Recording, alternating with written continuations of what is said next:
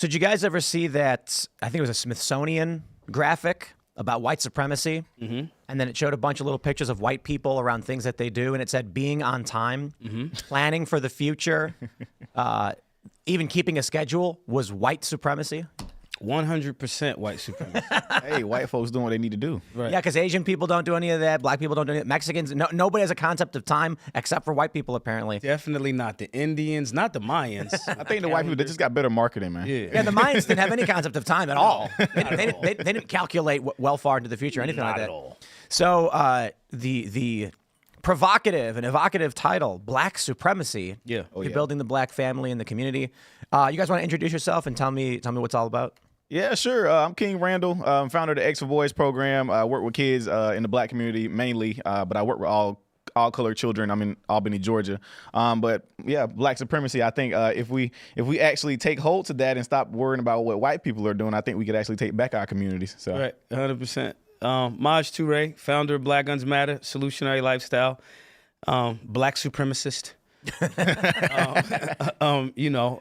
It's funny that you say it this way, man, because like when you unfold it and unravel it, this concept that like excellence and or scheduling and time and science and math is the monopoly of one group of people is the wildest concept ever. So yeah, I'm proud. I think that's a new thing. I think we should make shirts and raise funds off of the shirts, black supremacists, and then get a whole gang of white people to wear the black supremacist I think shirts. white people would support it because most of the stuff that we, fuss at them about being good at, we should be good at too. Right. Like being on time, taking care of your family, bro. actually being there for your kid. Like most. You know what it is? It's just the marketing, man. That's what I was gonna say. I actually think it's what the vast majority of all people do. But I don't know. Once you get on the leftist side of the media conversation, they put it like a slant on it that they just good at propaganda. Yeah. That's just the reality. You got to be good at propaganda to make your stuff work. So Yeah.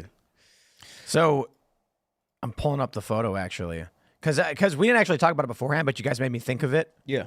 when because it's a classic. But how about before we get started? I mean, King Randall, you had a viral video recently. Elon Musk was shouting you out. Do you want to just break that down and then we'll jump over to this absurdity? Yeah, so I did a experiment, and this experiment consisted of me saying on one video that I was going to vote for Kamala Harris, and the other video I was going to vote for Donald Trump. Now, my following, I call it rainbow because you can't not like what we're doing with kids. So we have a plethora of Democrats, Republicans, Libertarians, Mexican, white, whatever.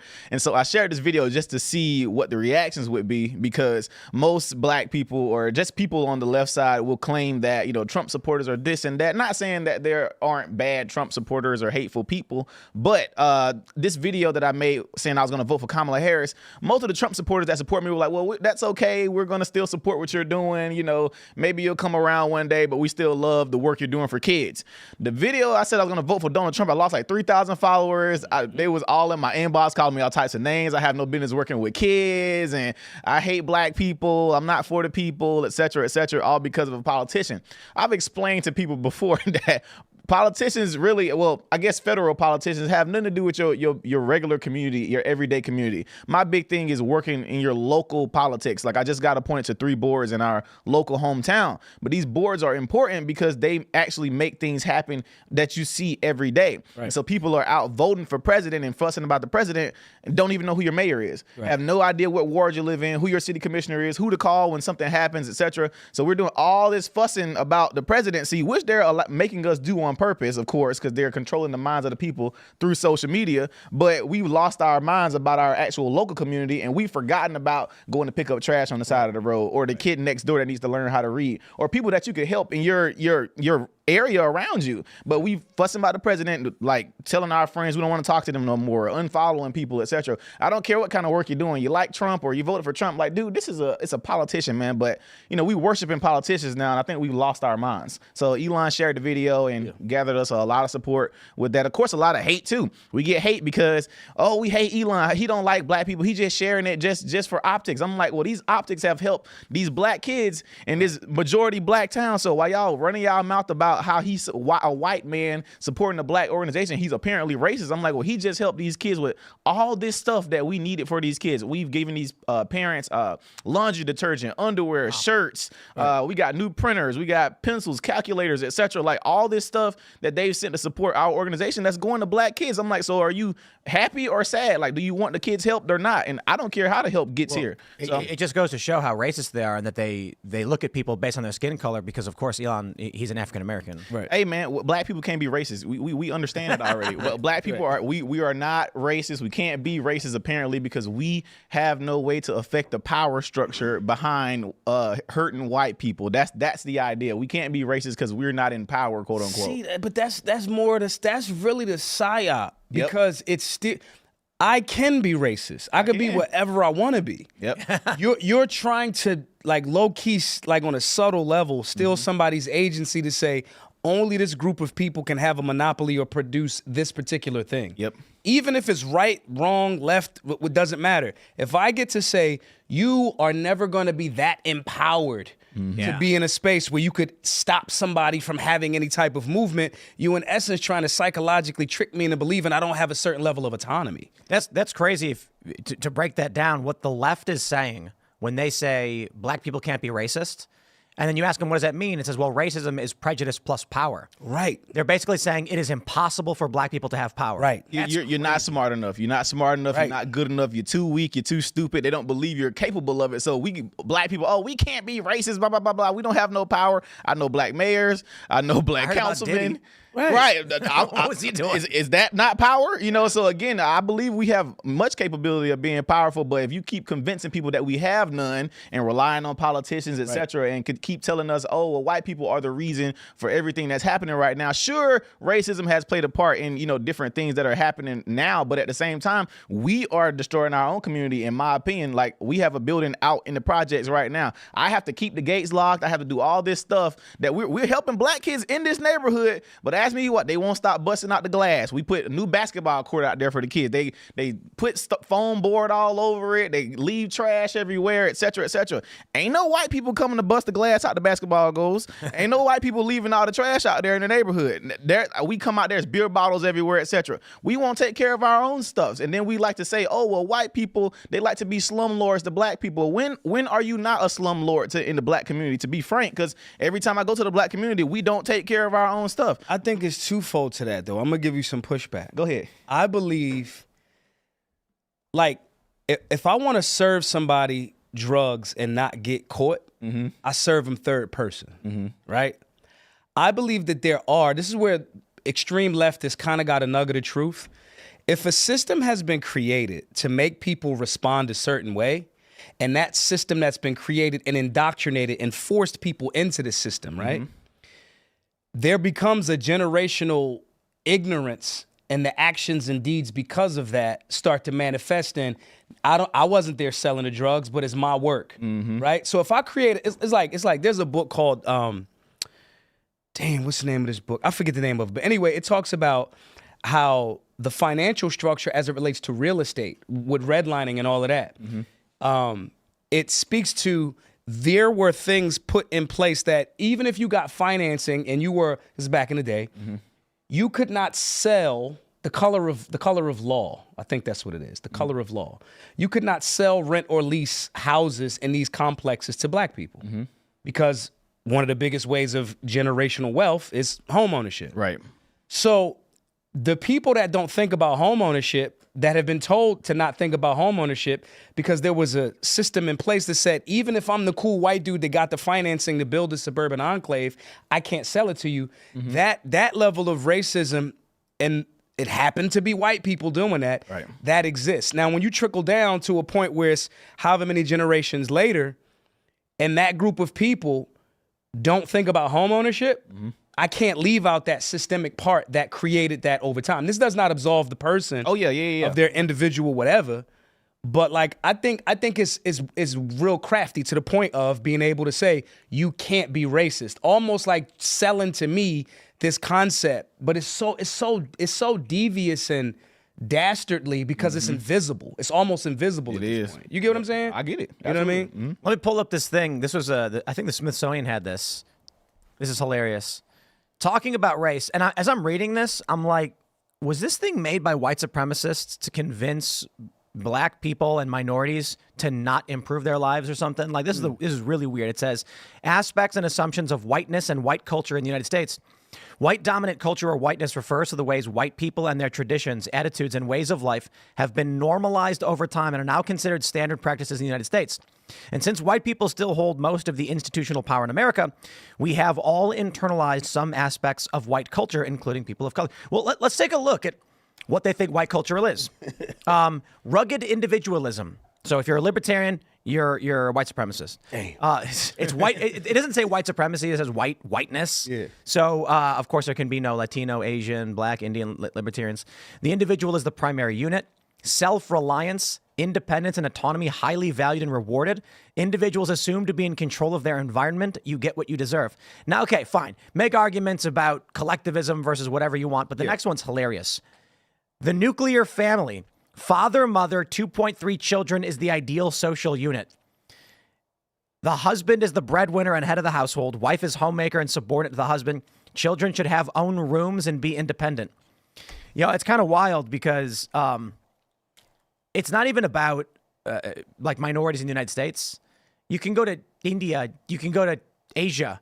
There are people who aren't white that have families. Right. Sorry, like everybody on the planet had families. And this is the ideology that they'd been pushing. Now, I do think it's largely crushed. This was hugely embarrassing to them. And then Donald Trump ends up winning and the Republicans get a big sweep just a couple weeks ago. But look at this. Objective, rational, linear thinking. Cause and effect relationships. Bro, that's not real. That's not real. There's no way that this is real. I can't be. It's this literal human real stuff. Cause and effect relationships. If you realize that when the sun comes up and then the water comes down, the plants grow, white supremacy. Man, you know what? The only reason I know this is real stuff is, and I know you're not his biggest fan. I'm not necessarily either, but I watched the documentary Matt Walsh did just to see what it was about. It's actual classes that people are paying for to decenter their whiteness. Like, they feel like they're truly at fault for being white. So they are taking classes to help themselves be less internally racist, because they like, well, you may not be racist on the surface. This is a black lady teaching the class. Like, you may not be racist on the surface, but you might not know that you're internally racist. You're not paying any attention. So they're paying for classes to become less white. I don't get it. I just want to real quick show you the proof, okay? This is the Miami Herald, 2020. Smithsonian Museum apologizes for saying hard work and rational thought is white culture. You know, they had to apologize over this. That's crazy, man. So let them white people that do that, absolutely. Keep spending the money to anybody that, if you want to relieve yourself of your guilt, cool. You know where else you could do? You could go to xforboys.com and you could donate to the work that King Randall is doing to exorcise some of these demons of racism. Right. Yeah, but you know, this is the crazy thing. You're completely correct, but then they end up giving their money to like BLM so they can buy big houses. Yeah. The bugged out part is, this is the reason why I get so upset at a lot of conservative and liberty movement folks.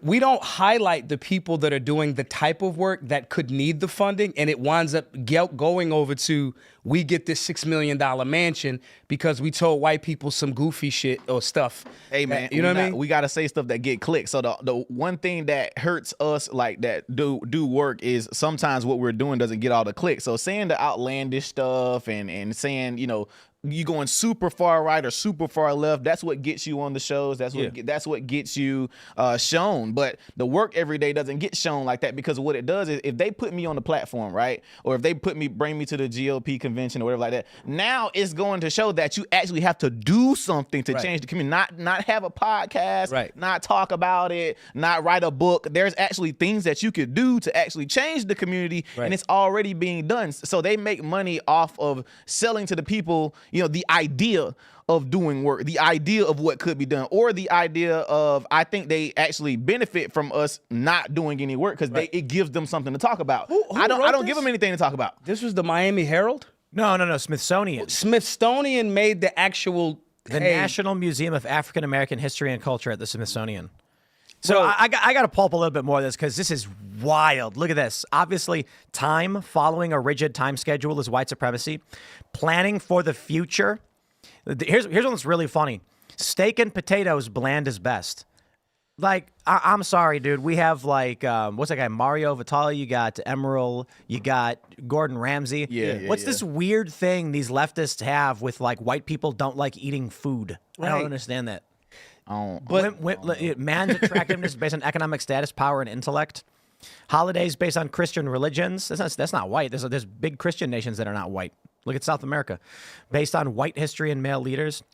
Competition, be number one, action-oriented, must always do something about a situation. This whole thing is just trying to convince non-white people to not work, sit around, complain, reject authority, and basically destroy their culture. I think this keeps white people in power. So I would assume a white supremacist wrote this. Now, there are some black people, if the right leftists share it, they're going to... This is the truth, and people are gullible and naive enough to believe that this is the truth that we need in our community. Like, no, we should do everything the opposite of what grandma and granddad taught us, because apparently, according to this, my grandma's a white supremacist, my granddad's a white supremacist, being on time, Christian, hard work, etc. I mean, this is stuff I teach my sons on a daily basis. This list made it. Like, quality control, right, exists. This list made it, like, through.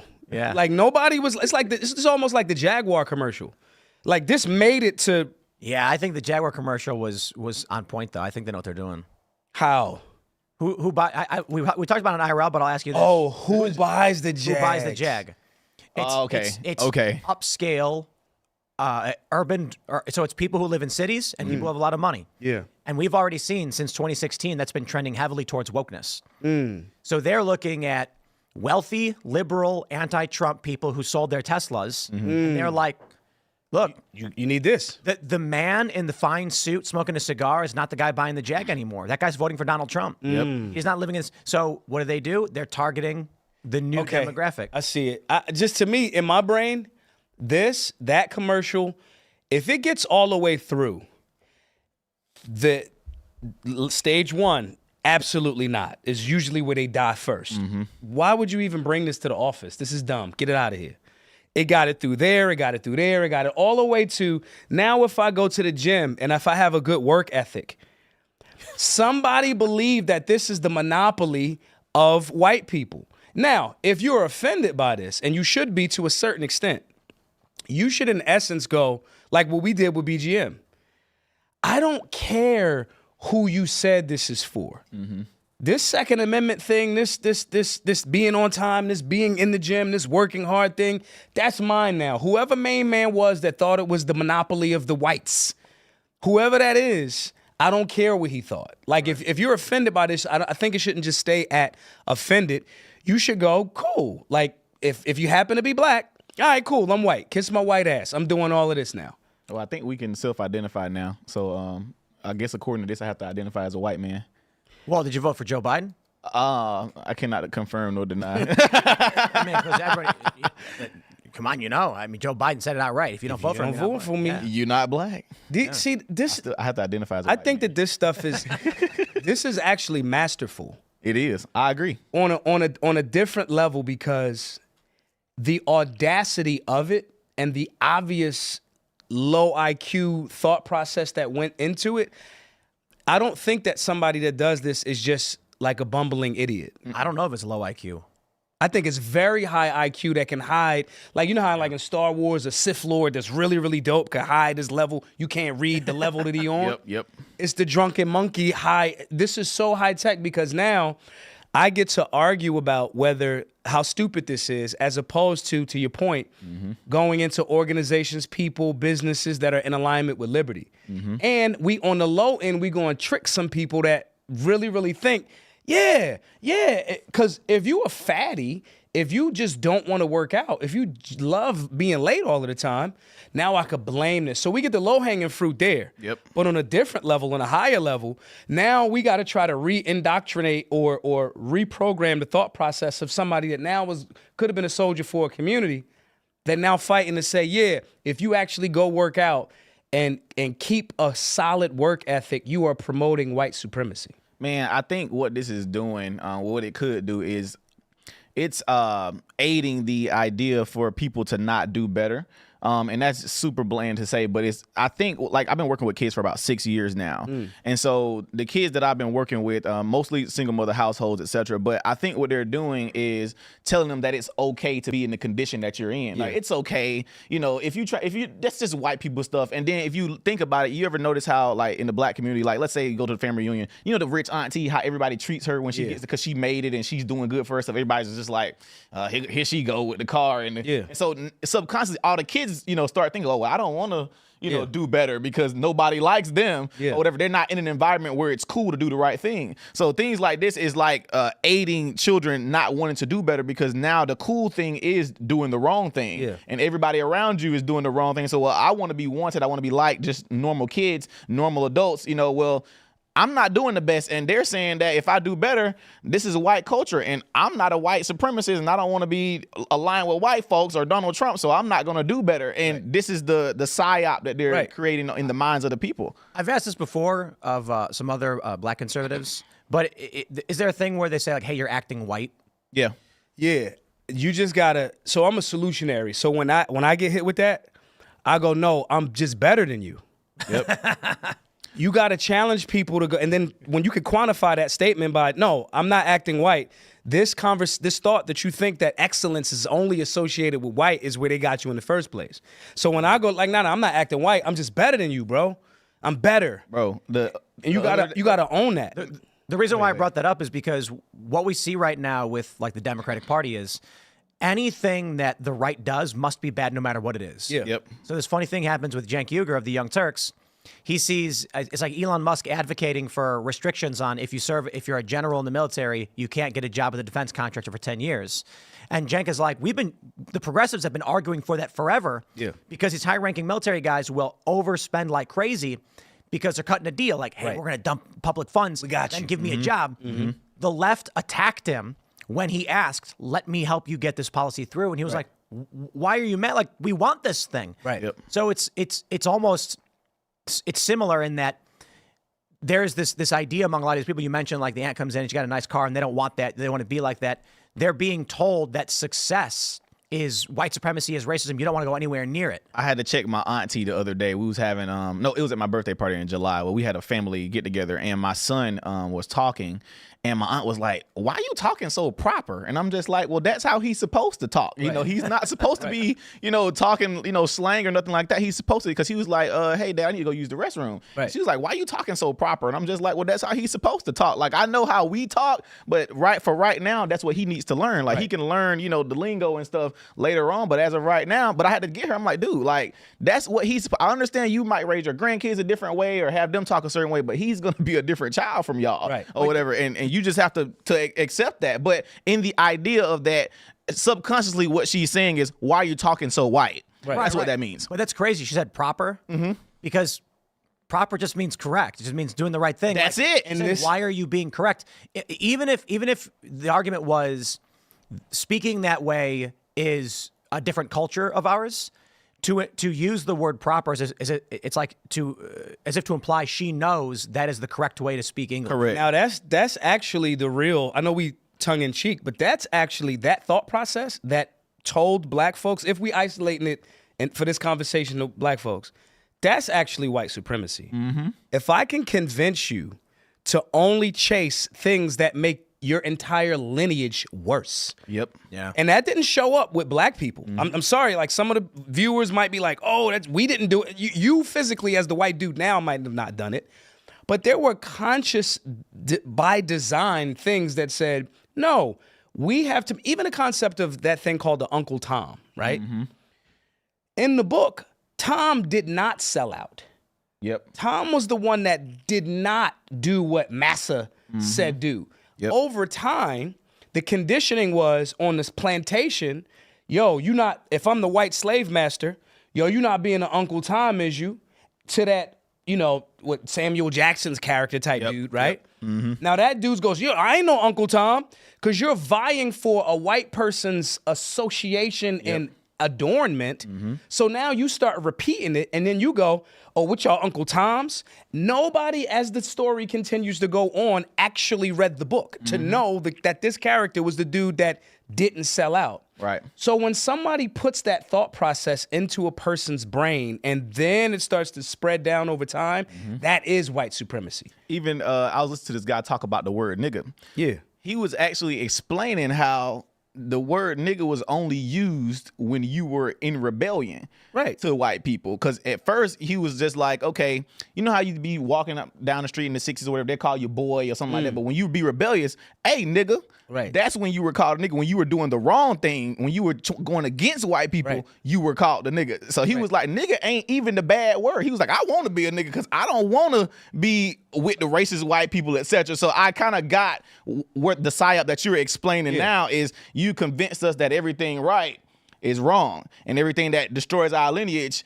is the right thing. That's subconsciously that's what we do, because just like he said, the word proper means correct. So for you to say, why are you speaking correct? Why are you doing the right thing? Like, it's subconscious because she's, older. She just like, why are you doing the right thing? I'm supposed to be doing the wrong thing. Like, I don't get this psyop, man. It's crazy. This is why I think after a certain point, they did the same thing with the term woke too. Yeah, same thing. Yep. This is a part of the reason why when you unraveling these things, right? This is where I'm starting to land where it got to be spiritual. Because it becomes a like, man, we've had these lessons, we've had these experiences, we could unravel them and break them down. But it's like, man, you guys are making a conscious effort, like over generations, to make sure that people aren't, it's like the Tower of Babel. We're not really communicating with each other. We just speaking at each other in ways that everybody may not understand because there's somebody in the mix going, do not communicate effectively with that person. Tell them from this group, yo, if you actually aspire to excellence, you are being white. Proper is the association of white. And then all you got to do is a quick back scroll, right? And you look at Frederick Douglass, when you look at his writing and reading, when he could not write and read, you start to go, that is the concept of excellence. Right? And it's just not the monopoly of that. And so I don't know, man. I just start leaning on, the Cat Williams statement. It ain't race. It's God's side and the other side. Like in my brain, because for the longest time, I just was like, I don't really know about this God thing. Because why is God playing it this way? Why is God like doing this? Like, why does my daughter now, my child's mother died in October, right? Why does my daughter have to deal with this pain that I cannot help her with? So that for a while I was like, why is God like being like you kind of being a dick a little bit, right? And so when these types of things happen, it leans me in a direction more of like, this has to be some sort of bigger lesson in spiritual whatever. And it goes that way in stark contrast to how I've been feeling for some time now. And I guess every group of people feel like they're the chosen, but if each individual is having a struggle within themselves, then everybody becomes that individual that is reflecting on their choices, life, and then it leans you in the spiritual space. Not to get all woody woo, but it has to be something like that because this is too dumb. Feels like a test. Yeah. You've got free will. What are you going to do with it? Because this is dumb. Being on time. And I get the joke. Like, you know what I'm saying? Like, we all say CP time. Like, I get the joke. Like, I already know, like, when we had a family reunion, they say we're going to eat at 3, 5. Get there by 5. Like, because they're just now starting to cook at 3 o'clock. Yeah. Like, we just know that. Like, I don't know. But every culture has that. Right. So it's like when I'm in Miami, they were like, oh, it's Miami time. And I'm like, what does that mean? It's like, everybody's always late. And I'm like, why do I hear that same thing? Everybody acts like it belongs to them. Marketing says that's colored people time. Right. That's what marketing does. So again, the marketing and advertising for the black community is like all the bad stuff is, the black people do that stuff. If I can get to both of your points, if I'm the 10% of the room that needs to control 90% of the room, if I can get everybody in those other 90% of the room to feel empowered by the CP thing is just for black people. The late thing is only for the Miami people. The such and such is only the whites do rebellious things. Right? If I can get each group of those people to almost like make it a badge of honor, I win. But and y'all aren't communicating with each other, because then you go, yeah, we do that all of the time. It's like every culture that you go to has a dish for like chicken and rice. Yep. Yeah. Everyone. And then they'll be like, this is my grandmother's bro. You know what I'm saying? It's that's where again I just go, this has to be a test. Yeah, that's my my food story. I tell people because I've traveled all over. I went to Thailand, asked my buddy to get me some real Thai food, and he's like, "Oh, you want real Thai food, huh? It's steamed chicken and rice." Yep. I was just in Africa. I think August. I was there for a mission trip. I was going to teach some kids there, and food. Asked me what we had. What did you get? Chicken and rice. It might be seasoned a bit different. Right. It might be called something different. But in the end, the main dish was chicken and rice. Yeah. Do y'all know that what we're talking about and hinting towards is the thing that gets you fully canceled? What you're talking about and discussing is pulling back the veil, recognizing the unity in all things. It could be this thing that everybody in every culture goes, bro, I'm on time. What are you talking about? I'm Indian. I'm not a white supremacist, right? And if you go, yeah, bro, chicken and rice, Thailand, chicken and rice, Africa, they're gonna jaw off you to death. And like, you know what I mean? Yep. My point in saying that is what we're talking about beneath the surface is the thing that goes, you know, last week was I can't remember how many years anniversary of Fred Hampton Sr. being murdered, killed by the Chicago Police Department and the FBI, right? Fred Hampton, even though it was Black Panthers, was like, all people got to work together. I've said it before. As soon as he got everybody on one accord, regardless of race, he was talking to everybody. Yep. The white, the Mexican, or whatever. Once he got everybody on one accord, they like, oh, nah, okay, now you tripping. Right. Same thing with Dr. King. Yep. They used Dr. King for as long as they could until he started saying, okay, hold up. Everybody's having a certain issue with the government. Bye-bye, Dr. King. We about to Bye-bye, Dr. King. Every time Malcolm X, he was fine when he was just about the black people. Soon as he started trying to get everybody together, bye-bye, Malcolm X. You can't do the full unity thing. They have to keep everybody in their separate groups. Yeah. Didn't you just bring up Tower of Babel? Yeah. Keep everybody separated, unable to communicate. Yep. And then it shatters your society. Absolutely. It's if I was a I respect it because it's smart. If I was a supervillain, I would do it too. Like, the supervillain game is an amazing game because you got to think of it. You're engaging and tricking and manipulating also the warrior class that might like fold you up. Mm-hmm. And you're doing this brave thing of trying to trick everybody to not work together, not work out. As soon as a few of those people start going to the gym, eating healthier, being on time, like, this list is the list of like how you break them. Hey, I have a super controversial take about January 6th because I said this before. I had black people, black people always do this pretend thing like they're so mad about January 6th. They bring it up all the time. And I'm just like, okay, first of all, let's take a step back for a second. I'm like, white people believed in their cause so much that they went to overtake the Capitol. Y'all have been crying. We've been crying about police brutality and all this crap for so many years. We got these gangsters talking about how they so gangster. They go kill other black people and go rape the black women and do all this stuff to the black community. But y'all went at the Capitol protesting the police brutality that y'all swear been hurting y'all so bad for so many years, or all the white, well, we would have got shot. Okay, we'll die for it then. You'll die in your community. Actually, maybe they get shot. You'll die in your community. You'll let the gangbangers shoot y'all up. So what's wrong with going to the Capitol and doing the same thing? I'm like, if you claim you care about it so much and we so hard and we so gangster, I ain't seen y'all go shout out to the president or go up to the Capitol or none of that stuff that y'all been complaining about for all these years. We've had so many things we've been complaining about. All the gangster rappers, etc. All y'all full of cap. Every last one of y'all around here talking about y'all gonna shoot somebody. Drake said in the rap, he said if we had guns that shoot backwards, no rappers would be dead. Because all y'all full of cap. All the gangsters, all the black activists and all that, y'all behind should have been like, you know what, we need to go down there to the Capitol. But y'all down there scared. You're scared. But here's what's really funny. You had Black Lives Matter riots, right? Yeah. Yep. What was the predominant racial makeup of that protest? White. It was white people. And what communities were they White destroying? supremacy. And they were destroying black neighborhoods. What communities? They were destroying black businesses. Even during the LA riots, I remember the videos. They had these black people from black businesses crying. They was like, we not the ones hurting y'all. Like, why y'all burning down my business? Like, it was sad, bro. Like, we so backward, and they allow it to the psyop to destroy our minds to the point where we go mess up they just having fun destroying stuff. And I'm just like, dude, these are people that really care about your community, that are actually trying to put back in your community, and you out here killing them and hurting them. Look at Ferguson riots. Yeah. Mm-hmm. They burned down a gas station. And I went down there and I interviewed people. And at the time, this was against the narrative. You couldn't say this. We interviewed people on the street, black people. Why did they burn down the gas station? They said it was because it was run by an Indian guy. Wow. They said, why are they coming into our neighborhoods, buying up our property and running their businesses in our community where they make money off of us?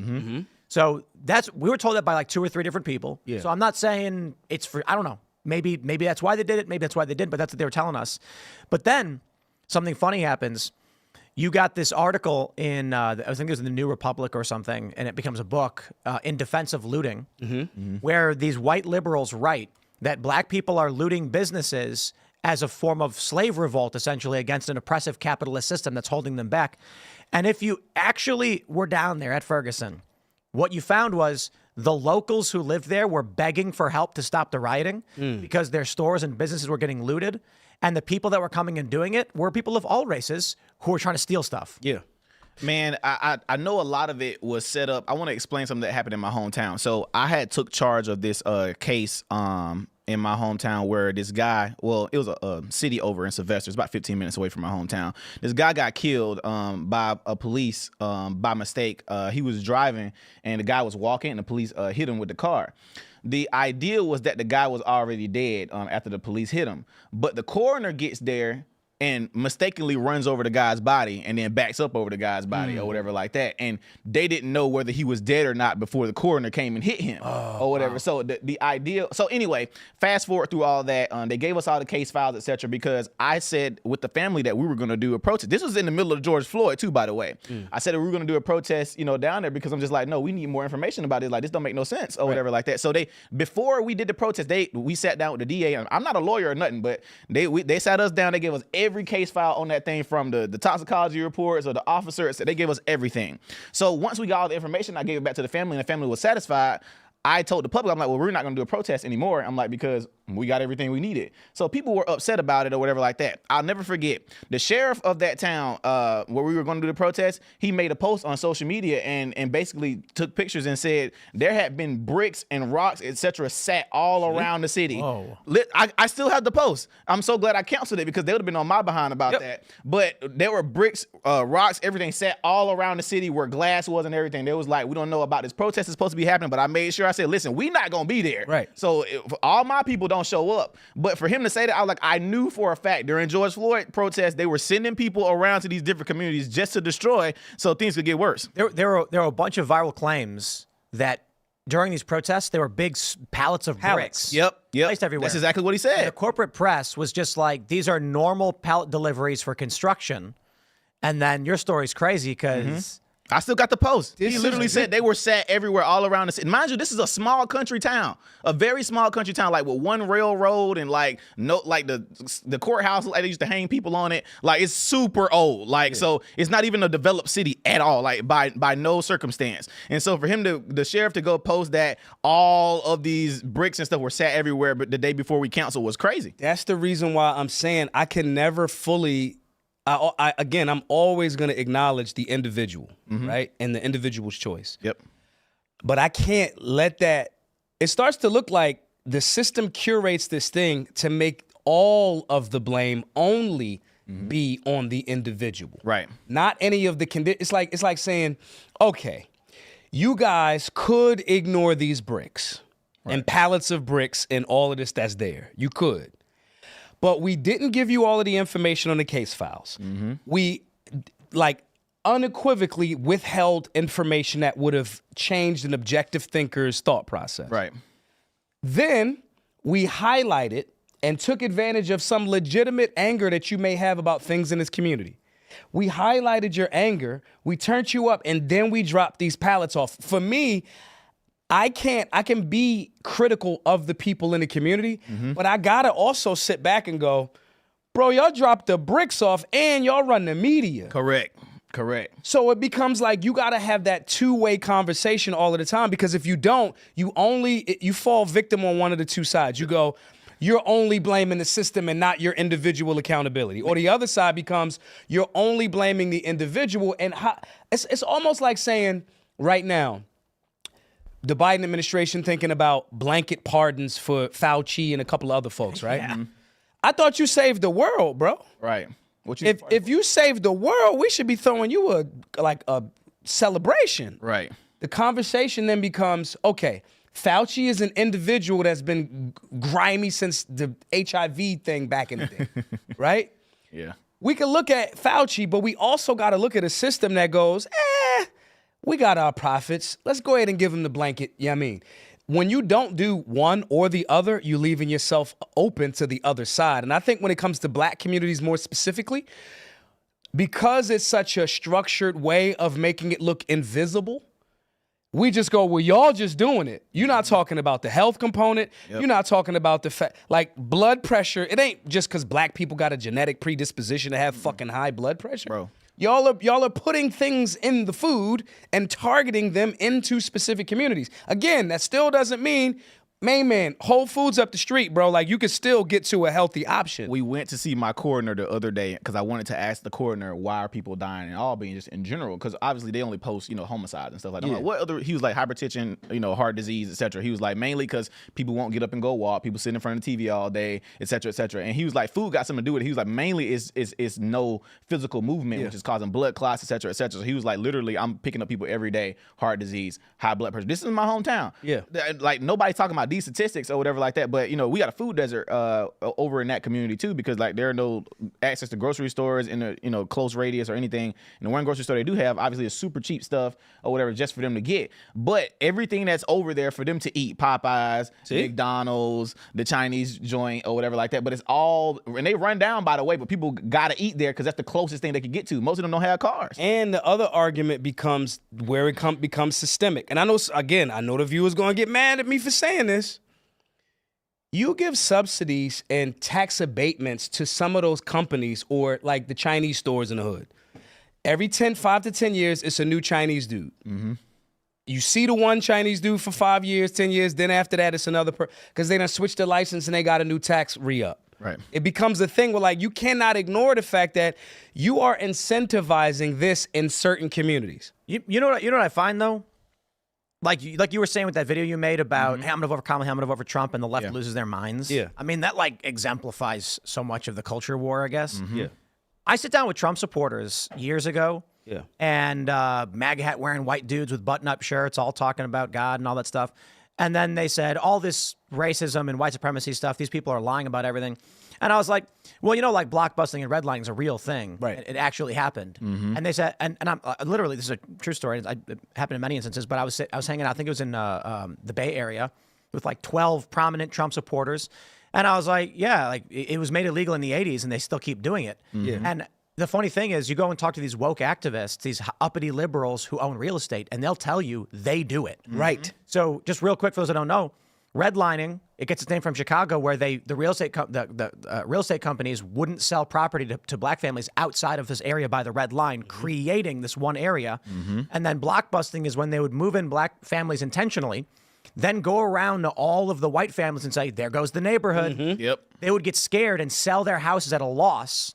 They'd buy it all up. Then they move the black family out and sell it at a premium. This happened until the 80s. Like structurally, it was a legal practice and people were doing it. They knew they were doing it. They made it illegal. They still do it. Yep. So I have this funny story I love to tell about this woke activist. She was a Latina. Mm-hmm. Her dad owns real estate in New York. She inherited a building in New York. And so we're talking about this, and this is 2014. I'm working at Fusion. This is a woke company. She's woke as they come. And I'm like, if a black family moved next door to your property, would you sell? She goes, oh, yeah. And I was like, oh, why? And she goes, because it's going to lose value. I got to protect my assets. And I was like, so aren't you a part of that systemic racism? And she's like, I don't care. See? They don't care, dude. It's their money. And that's money talks. And that's the part that you got to look at. And again, it's not to absolve the individual. Because my argument with gentrification, it becomes like, oh, they coming in here and they buying the such and such. Bro, you Granny House was there for however long. You put interior paint on the exterior. Like, come on, bro. You had an individual participation in the down, the decrease of the value. Mm-hmm. But we cannot ignore the fact that some of these things are systems designed that way. Yep. Double-edged sword. If I go to the place and I start doing the right thing, if you are saying, hey, we got this school, we got this, and then the community politicians then say, No, King. You can't, which has happened to you. No, you can't do it. You've already shown and proved your work. At a certain point, it becomes systemic. When you want to talk about culture shifts, excellence, black, white, Spanish, whatever, it's always going to land you at the bigotry that is justified and sanctioned by the state. Yeah. You gotta land there, because then it's easier for me to check main man doing the individual wrong thing when I go, government can't make that red line situation. And then if that person isn't in that horrible environment that the state sanctioned to be there, that person's environment changes, the mentality of that person changes. You know what the irony of all of this is? It's really funny. The reason why a lot of people on the right don't believe this is because they're like, what? If a black family moved next to me, I'm not moving. That's stupid. Right. And the white liberals are like, yeah, I'd move too. It's happening. Right. It's because wild. it's not happening to them directly. It's not happening at all. And that's something I do have trouble with the right with. I'm like, listen, even though you haven't seen it, you may not have experienced it, it's happening. So But I need you to realize that. Yeah. It's funny because you've basically got, black people saying to the Trump supporters, like, please, the liberals are extremely racist. Right. And they're like, I don't believe that people would actually do this or the systems would do this. And it's a projection. A lot of these working class, rural conservative types, middle of the road liberal people who ended up voting for Donald Trump can't imagine in their mind someone behaving that way. They're like, that makes no sense. Why would how could you even afford to move?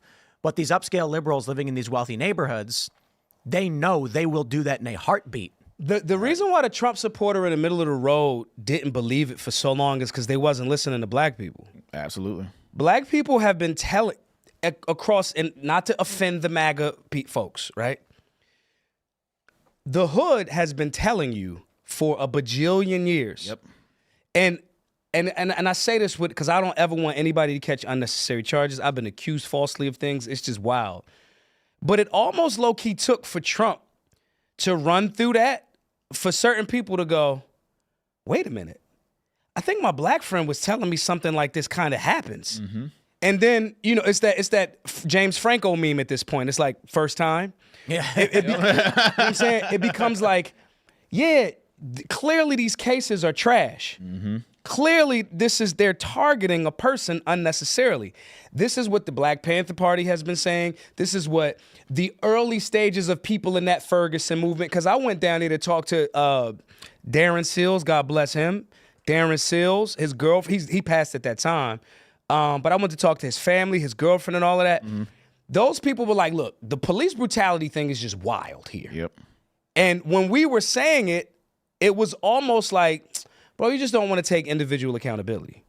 Just do the right thing and nothing will happen. Now that people in communities all across the country are saying, well, let's end qualified immunity for police. Not that you just get a blanket whatever, but at the same time, if you do something wrong, that come out of your money, not the tax budget, right? Then everybody got up in arms and went, well, why do we need to? And then when we said, well, if you don't do anything wrong, Should be fine. then you're fine. It just seems like conservatives, and in my experience now as a libertarian for years now, weren't really listening when people was telling them. Weren't going, there may be something to this. Do you know what going on tour in Ferguson is? Going on tour in St. Louis? Yep. So this was, people don't, I would tell people, hey, there's a such thing as like structural racism, whatever, right? Yeah. However you want to describe it. And it's actually pretty easy to understand. In St. Louis, the city itself is actually really small. There's something like 99 jurisdictions built up around it. So what makes St. Louis is actually a whole bunch of really small suburban enclaves. Like Atlanta. A lot of those were built because of, so Pruitt-Igoe was the name of urban development housing that was done, I think it was in the 60s, intending to help poor black families have a place to live. They said, oh, this will solve the problem, but these big complexes. Then they basically abandoned them, and they start falling apart. People get hurt, people get sick. There's a lot of crime in the area. There's a lot of poverty in the area. Cultural decay. So white people are like, we don't want to live around this. This is a problem and a mistake. Crime's getting up way too high. So they started moving and creating new suburban enclaves, which creates this wave of small cities in the St. Louis area. So it's not that the cop is racist. It's not that the court is racist. It's that there were systems in place due to racial tensions that resulted in a system. So when the cop pulls over a black dude and says, look, man, you got a busted taillight, I don't have to tell you. He's not doing it because the guy's black. He's doing it because of busted taillight. Right. The problem is these jurisdictions are set up to where you get something called going on tour. And this is what the guys in Ferguson were telling us. Like, because we went to a couple of these families. We asked them, why are you guys having trouble with the law? And a couple of stories we heard was like, my license plate expired. And it was something like $30 to take it. I had to take time off work to go to the DMV and figure out what the problem was because I don't really know. Then I got to pay the fee and I can't. So now I'm trying to figure out, am I going to go back to my job? I can't lose my job. I got to pay rent. I got to pay for food. So I didn't get my license plate renewed. And what happens? From his house to his job was 4 different jurisdictions, 4 different cities.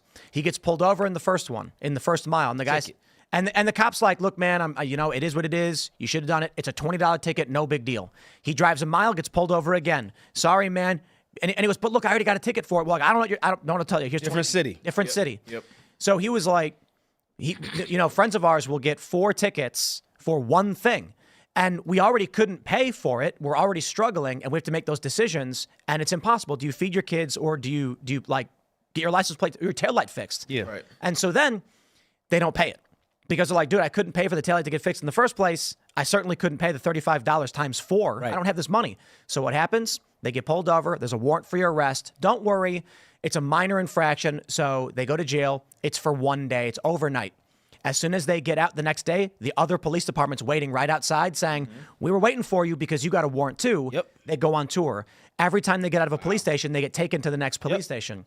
The cops aren't doing it going, "Wah, we hate black people." The blacks. They're doing it because they're like, hey, look, man, you had a busted taillight and you get a ticket. It's a moving violation. However, these systems were set up at a time when there was overt segregation and racist policies and covenants that were put in place. Right. Some of these places literally had policies saying black people weren't allowed to live there. Right. They make that illegal in the late 60s. They get rid of they make blockbusting and redlining illegal in the 80s, and those structures still exist. Where now, for non-racial reasons, there's a ramification from past racial reasons. But do we need, I have this argument often. She's lefty, but her book is amazing. The New Jim Crow by Michelle Alexander. I have that book, yeah. Mm-hmm. I don't need it for you to overtly go, it's because we don't like you blacks. If the outcome is exactly the same result. Okay, now it's the same. This guy's going on tour. This guy's losing his job. Yep. This guy still probably might lose his house. Now it's like, hey, bro, you in jail all the time. What's wrong with you? Now you a social pariah. My point in saying all of this is, I don't need it to be, I just need people to start acknowledging and overturning these systems. I don't need you to go, well, that whole Nuremberg defense, I'm just doing my job. Like, your job was created and that system was created to do the exact same thing that's happening right now. I don't care if you calling me nigga or not as you do it. And that's the part where people got to just start being honest about and not having to experience one of your own, right? All of the Trump folks is now going like, oh man, because your guy. And I rock with Trump. The Art of the Deal was one of the first real books that I read in high school. I don't need you. We shouldn't have to get for one of your guys that's already a multi-billionaire to have to go through this, and you're ignoring other Americans saying these things are wrong from the gate. Mm-hmm. That's the part where we start to lose. It becomes like we got to have the most dire, extreme scenario happen for people to listen to other Americans. I think the big problem is with the left, maybe not the big problem, but a big problem is that their response to these things was to just insult white people. Yeah. Mm-hmm. And I'm like, look, man, there's like some working class dude who lives in the suburbs of Ohio, who has no idea what you're talking about in Ferguson. So if you come out now and say white people are bad and white people are doing these things, that guy's going like, why are you yelling at me, man? I don't even know you. Right. So we end up seeing like all of this major cultural phenomenon with wokeness, where they start doing ridiculous things. Yeah. Like they make the Black Panther movie, the Marvel one, and they call it diverse. Right. It's like, shut up. Right. It's a 98% black cast. That's fine. The movie's based in Africa and about black characters. Right. But don't call it diverse and then have all the white people going up and clapping for themselves and patting each other on the back. They ended up just doing more racist stuff and then acting like they weren't racist. Because I am of the belief, man, this is gonna sound really mean. And I love you all. I love you all. Democrats, Republicans. I love you all. It's about to be bad. I believe extreme leftists that usually identify as Democrats, if we're talking about spiritual, you are agents of Satan. I agree. You're a devil. You're a devil. And they know it. And I think these people up here know it, and I think the trickle down, and then they start to learn, and then they get inculcated to it, like that white liberal that goes, absolutely, I'm moving and getting away from the black folk. Yep. On the surface, every Hollywood movie, especially like in the 80s, remember how like all of the villains were like, oh, that's such and such, he's a philanthropist, he's the nicest person, and then behind closed doors, he's like the villain. Yeah. That is, if we had to personify what a devil is, that's what those type of liberals are. And then you identify with a party that has done some of the, if not the, most devilish, satanic things in the universe. The universe. So at a certain point, I start to go, you're not unaware of this. Now, again, they may be comfortable enough, right? They go, well, I can tell Tim.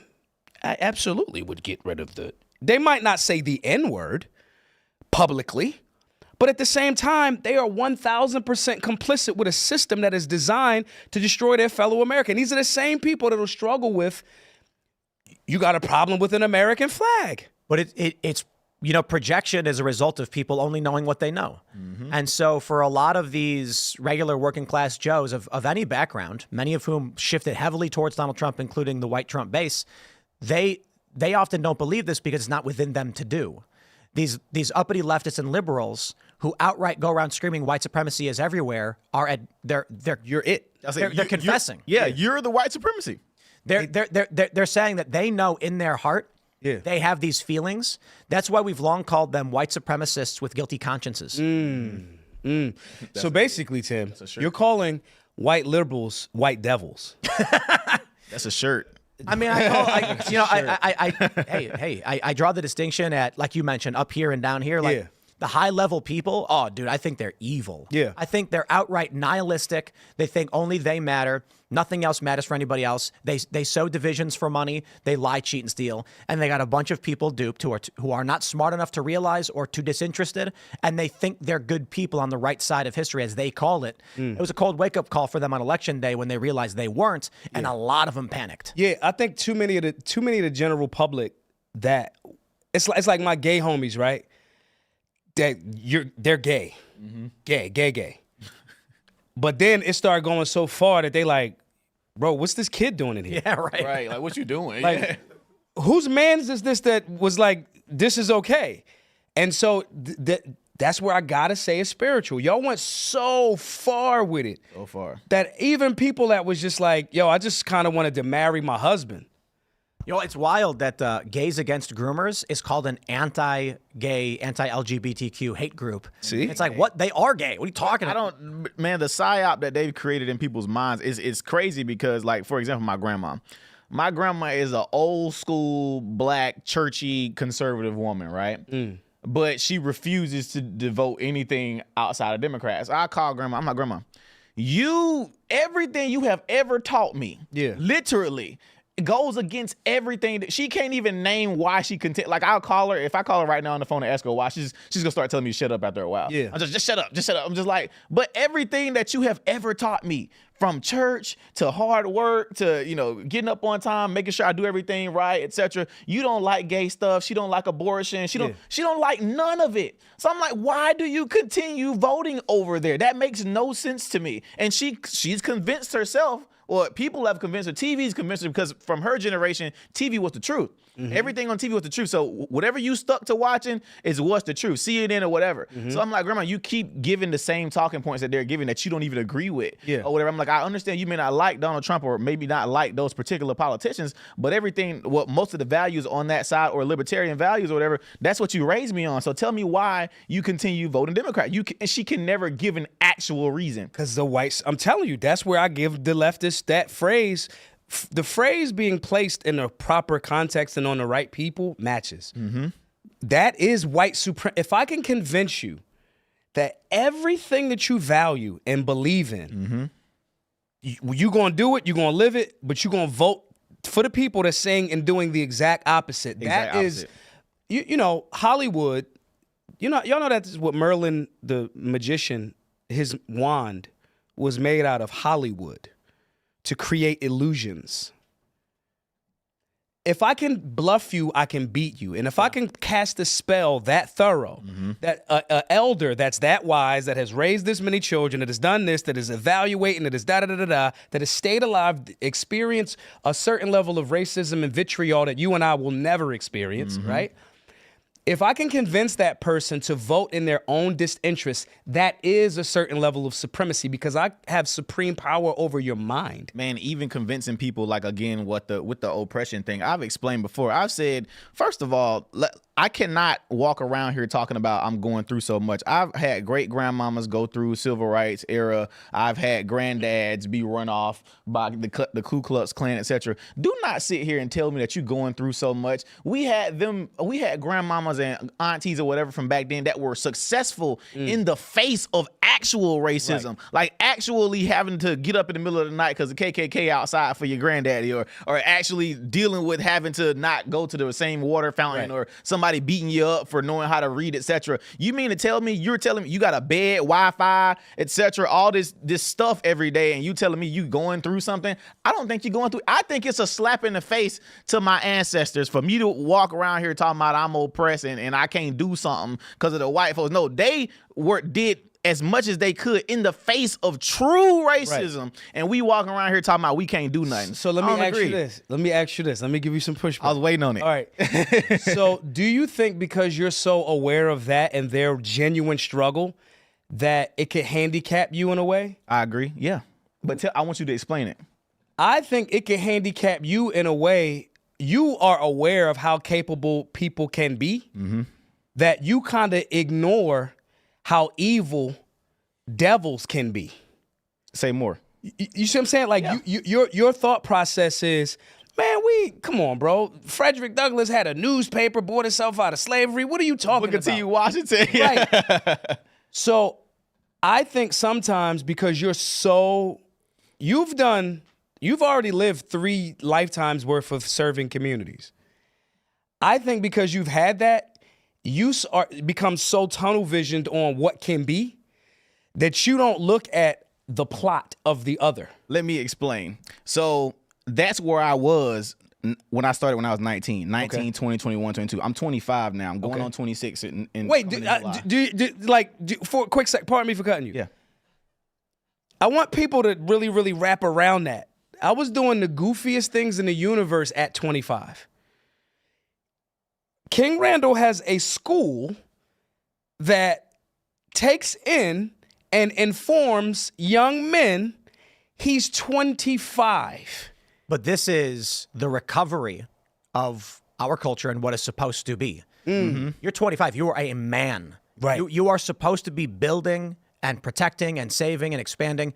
And the past couple of generations have been infantilized. Yeah. Like you're saying. So mentioning that, so back in the day, if you remember a lot of civil rights, even your granddad, uncles, grandma, they were successful at our ages because they had to work. So back in the day, 19, 20, 21, everybody had doctorates and was going. So that was normal. Yeah. So like now when I tell people about opening the school or the work I was doing, I was 19, 20 or whatever like that, everybody's like, oh my God, because it's a new thing. Yeah. So back to your point. So 19, 20, 21, I was just doing the work and I was just like, look, I'm gonna do the work. I don't care what powers that be are doing. So now I'm 25 and I've worked with kids for about 6 years now. And this is where I opened up for myself. I've probably worked with 200 boys. And I can only point to maybe 2 or 3 kids that truly represent everything that I've taught. The reason I say that is because I started working with kids at too late of an age. I started working with kids at 14, 15, 16, 17. They already gone. I'm sorry. I've worked with kids, parents, who have got mad at me because I couldn't help their son, whatever. I've dealt with a lot of that. But they already gone. And when I say gone, they are out of here. Yeah. So it takes life to punch them in the face. So I've spent so many donations from people on field trips, trying to take them to show them stuff, whatever. They minds are already out of here. Because I used to do this thing where I used to try to force them to get like, no, you're gonna sit down and pay attention. You're gonna. So now I'm at a point like, look, if he doesn't want to be here, what he's doing, he's taking away time from the kids who truly need this teaching. One day I realized that was I started taking kids who are younger. Had this 9-year-old kid, fantastic.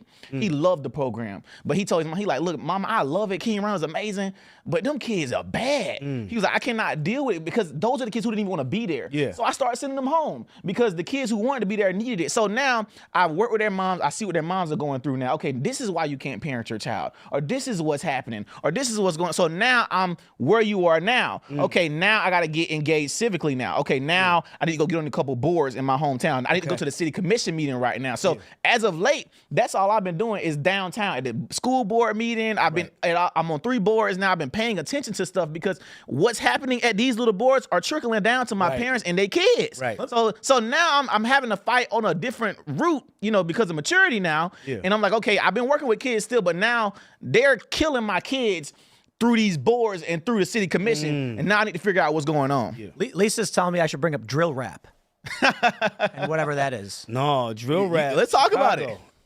It's the devil. What is it?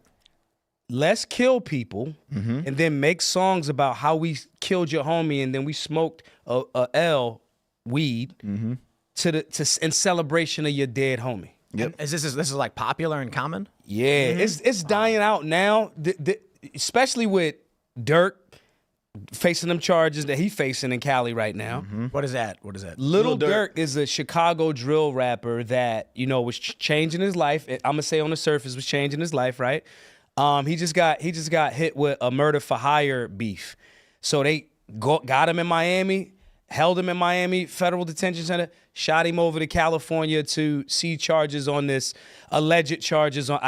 I wasn't there. I don't know none of these folks is whatever, but he calls himself the voice of the streets, right? Drill rap is in essence, reality rap was NWA, Dr. Dre, Cube, and them saying, this is what we're dealing with. Like, people the police are beating us up, right? And then when Rodney King happens, everybody's like, oh my God. And then everybody, again, in the hood was like, yeah, it's Tuesday. Like, right. You know what I mean? That happens. Yeah. It just got filmed. So reality rap got marketed and co-opted and turned into so-called gangster rap. Gangster rap became a glorified commodity to sell people a concept to get them to go do things that strengthens the prison industrial complex. Yep. Right? So now that more people are becoming more disillusioned with gangster rap and you got a person that could control the world musically by making love songs, now that's dying. Now you get drill rap. We're going to kill you. We're going to confess on record in a song about how we smoked your homie. How don't they just get arrested? Sometimes and sometimes not. Sometimes they just wait to build a case on them. Like, for example, they'll know they're killing people, but they want a big enough case on this person. So, like, they'll keep track. Okay, they killed this person. They killed that person. They sold this amount of drugs. They was pushing this many pounds. They'll wait 5 years. Yeah. And they'll get this big, okay, we caught you killing all 5 of those people. We got all the drugs you sold for the last 20. So that way they can railroad you and get you good. Or, go ahead. Or you are under the assumption that the people that are supposed to arrest and stop the killing want to or have a vested interest in we devils. We want further death and mayhem. People need to understand this because a lot of conservatives that say back the blue, cops are great. It's like small town suburban departments I find to be pretty fantastic. Awesome. Sheriffs are good. But when you go to New York City and you go to Chicago, you're talking about Democratic Party appointed political officials running these police departments. And so a lot of these regular cops probably don't really know or care, but the Democrats who are appointing these people don't have your best intentions. They have your worst intentions. I'm going to say it again. Democrats are devils. I'm sorry if that sounds offensive, and if you're offended by that, if you hear this, just go do some research. And just look at what I'm saying, look at the policies, look at the outcome, and tell me how I can so comfortably say that. Well, let's take a look at, we're talking about drill rap. We'll take a look at the entertainment industry in general, which is crazy to me because there were a lot of songs that I remember when I was a kid from like 80s rap, like you were mentioning. It's like telling people what's going on. Some of them were very political in the sense where, well, I don't completely agree with some of the messages from a lot, like Public Enemy had some good stuff. They're basically saying justice, accountability, fixing these things, and then it turned into doing shots, doing drugs, make money, who cares? It like totally degraded into vapid, just like, I guess, lewd and lascivious behaviors. But it wasn't. But again, that's under the impression that it was just the culture going that way because of the culture. That's what I'm saying. But it wasn't. It was Hollywood. It was Hollywood. It was corporate interests. It was. And again, I want to say this in a way where it's not. There's a great book called.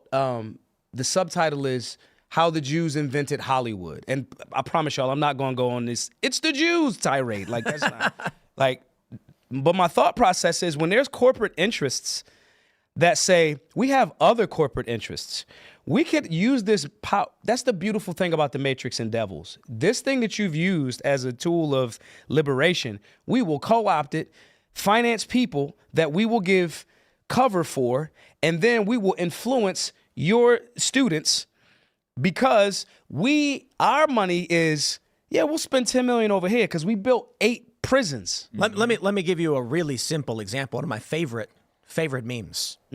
Remember the Dove Real Beauty campaign?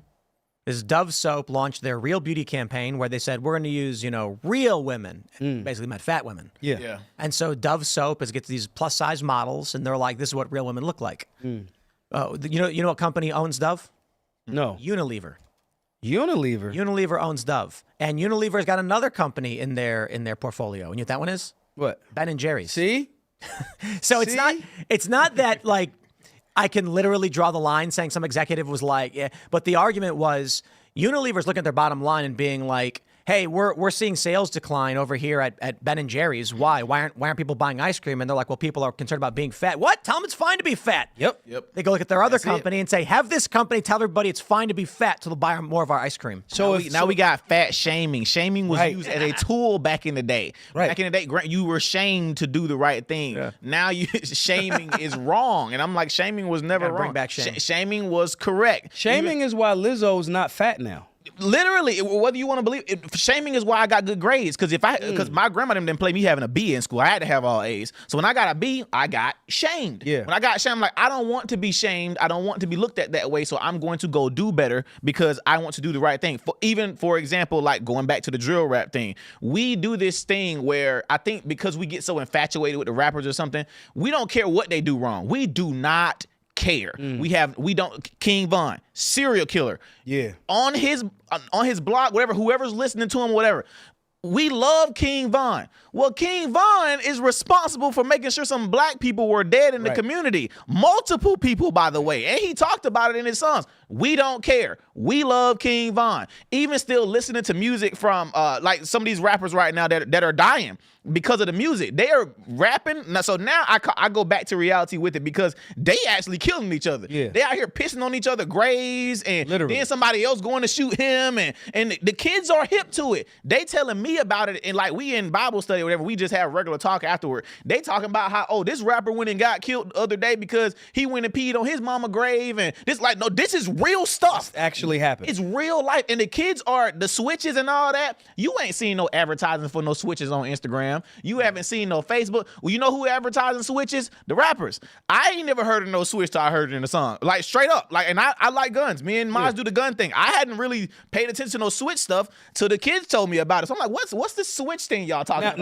Now, real quick, shout out to Lizzo. She's losing weight. She's losing weight. Man, She look good. Now here's the question. Here's the question that I'm gonna always come back to this question after we get to the individual. Mm-hmm. Do we think that just randomly, with us existing in the world, a timeline where random pallets of bricks show up when we think it's gonna be a beef, nobody knows how they got there, right? Do we think that drill rap is just, we just want to say this? Nope. Elon, Systems. the Twitter files exposed every industry, in my opinion, because it explained what everybody's doing. Even though it may not have been the companies I just feel like and know that that's what everybody's doing. And I don't think nobody ever actually truly looked at those files. They basically said, we are controlling the minds of everyone. This is how we're going to do it. So I need you to take this person down. I need you to elevate this post. Even the George Floyd protest, all that, it was done through Facebook, Instagram, and it was in the files. They did it on purpose. Like all the protesting, all the groups that were created, all this stuff, it was done on purpose. So the rapping, all the food, making sure we like being fat, we don't want to work out, we don't want to be smart at school, you don't have to get good grades. It's all done on purpose. Literally. Let me ask you. You said that Democrats are devils. Is that what you said? Is that what you said? Yeah. Are you Christian? I don't know. I'm going that way again. It's because I'm 65 years old. I'm having this We all had to battle, existential crisis right now where I'm like, what is going on? So the lessons in the theology, I actually been studying the Torah lately. Because again, only white people could be Jewish. And I'm like, bro, like that's not true. Right. So I don't know. I'm listening to my conscience at this point.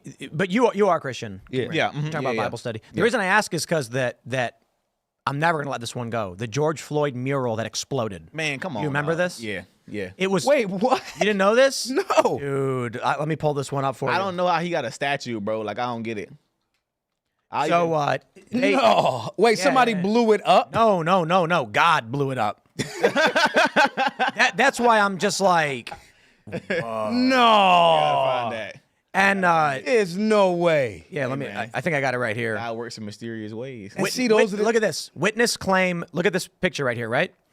All right. Take a look at this video. This is wild. Witnesses claim lightning destroyed George Floyd mural in Ohio. There's no way. Look at So God. look at this building. So let me see if I can find the original photograph if they have it here. This is the original photo. Yeah. They painted this big brick wall, and right in the middle was George Floyd with a crown. And a lot of people said that he was being worshipped as an idol. It was blasphemy, whatever. I don't know about any of that stuff. I'm not a Christian, okay? But I do believe in God. And so look at the part of the building that was blown up by lightning. It was only the George Floyd mural. That is and it was that the weather that day, God. everybody tracked it.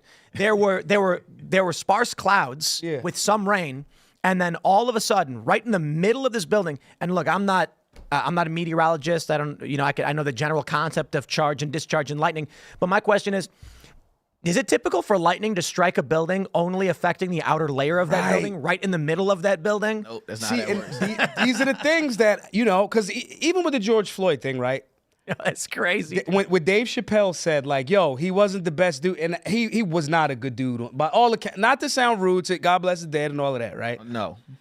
But No. right, no, he's dead. He's gone. But All right, so real quick, sorry.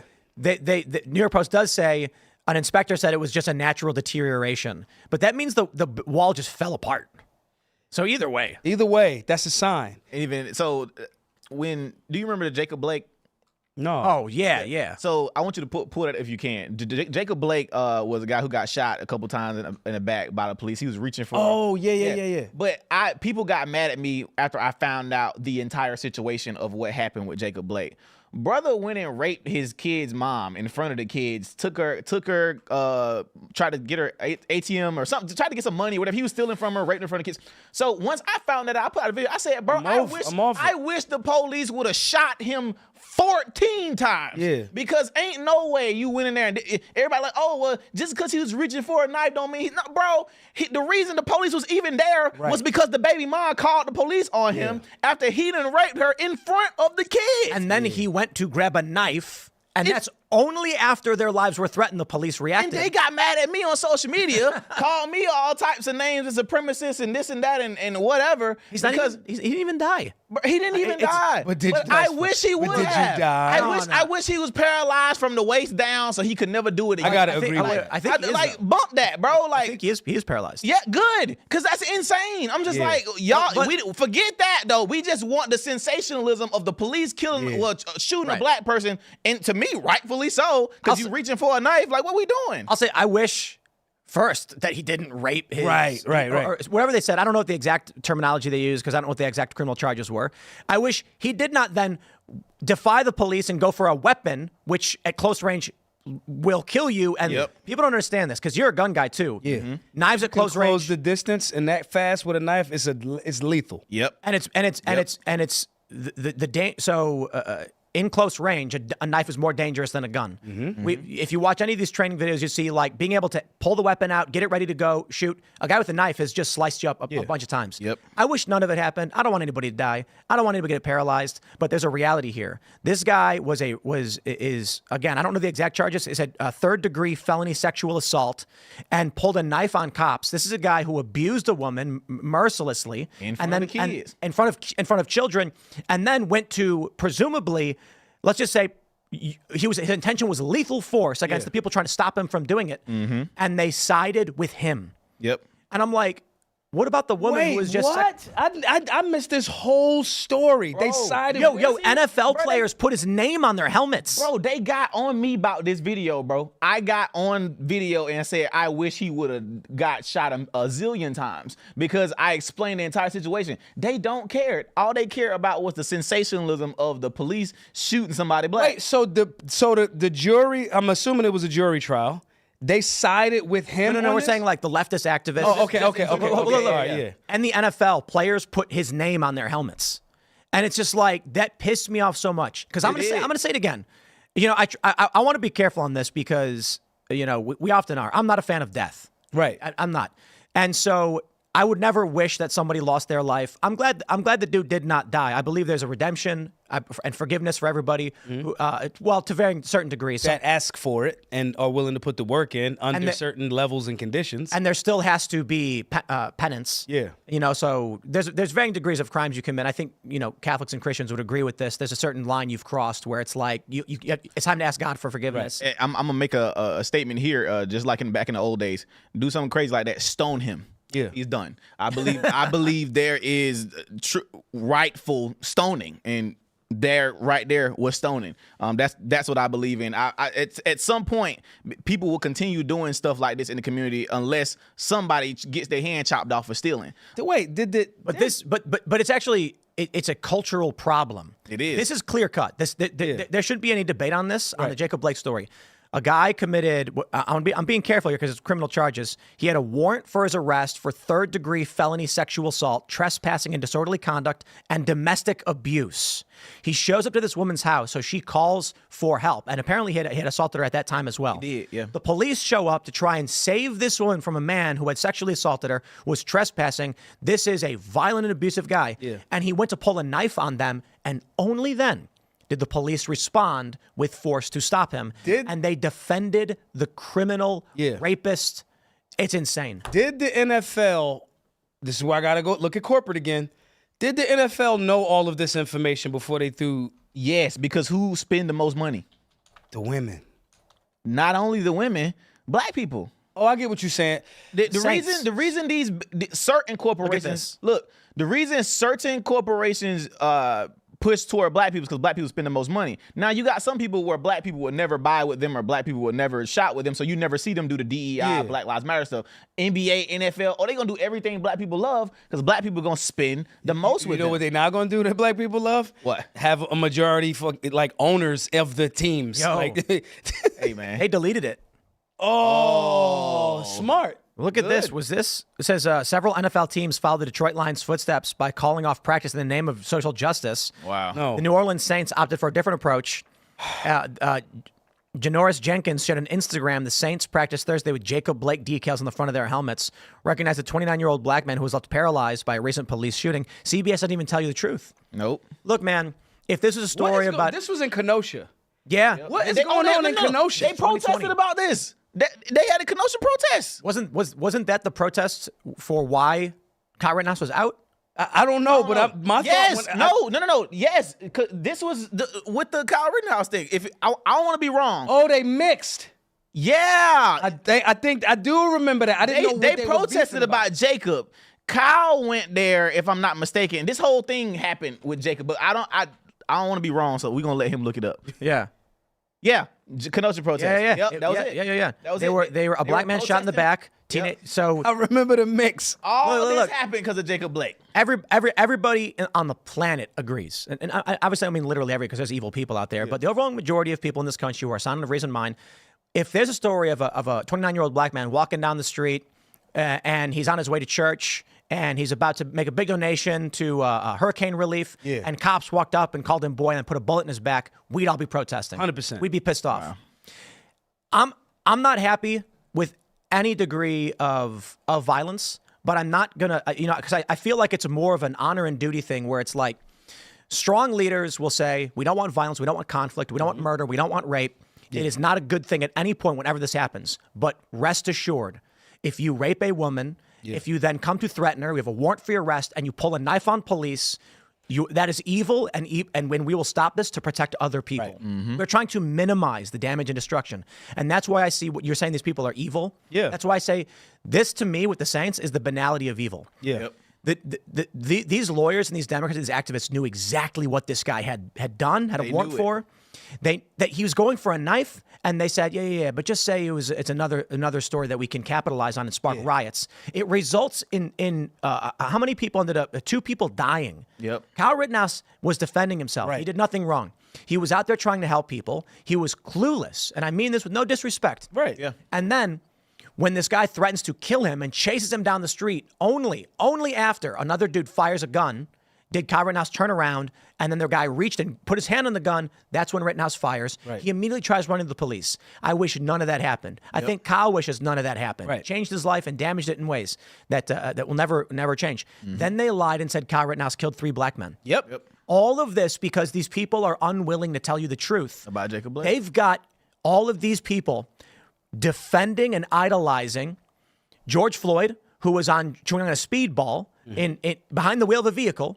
Sad that he died. I don't want anybody to die, but he's chewing a speedball. It's meth and what else was it? It's a heroin and meth mixed together or whatever. Then they've got you cheering for a guy who sexually assaults this woman and then comes back. Yep. They got you cheering for him.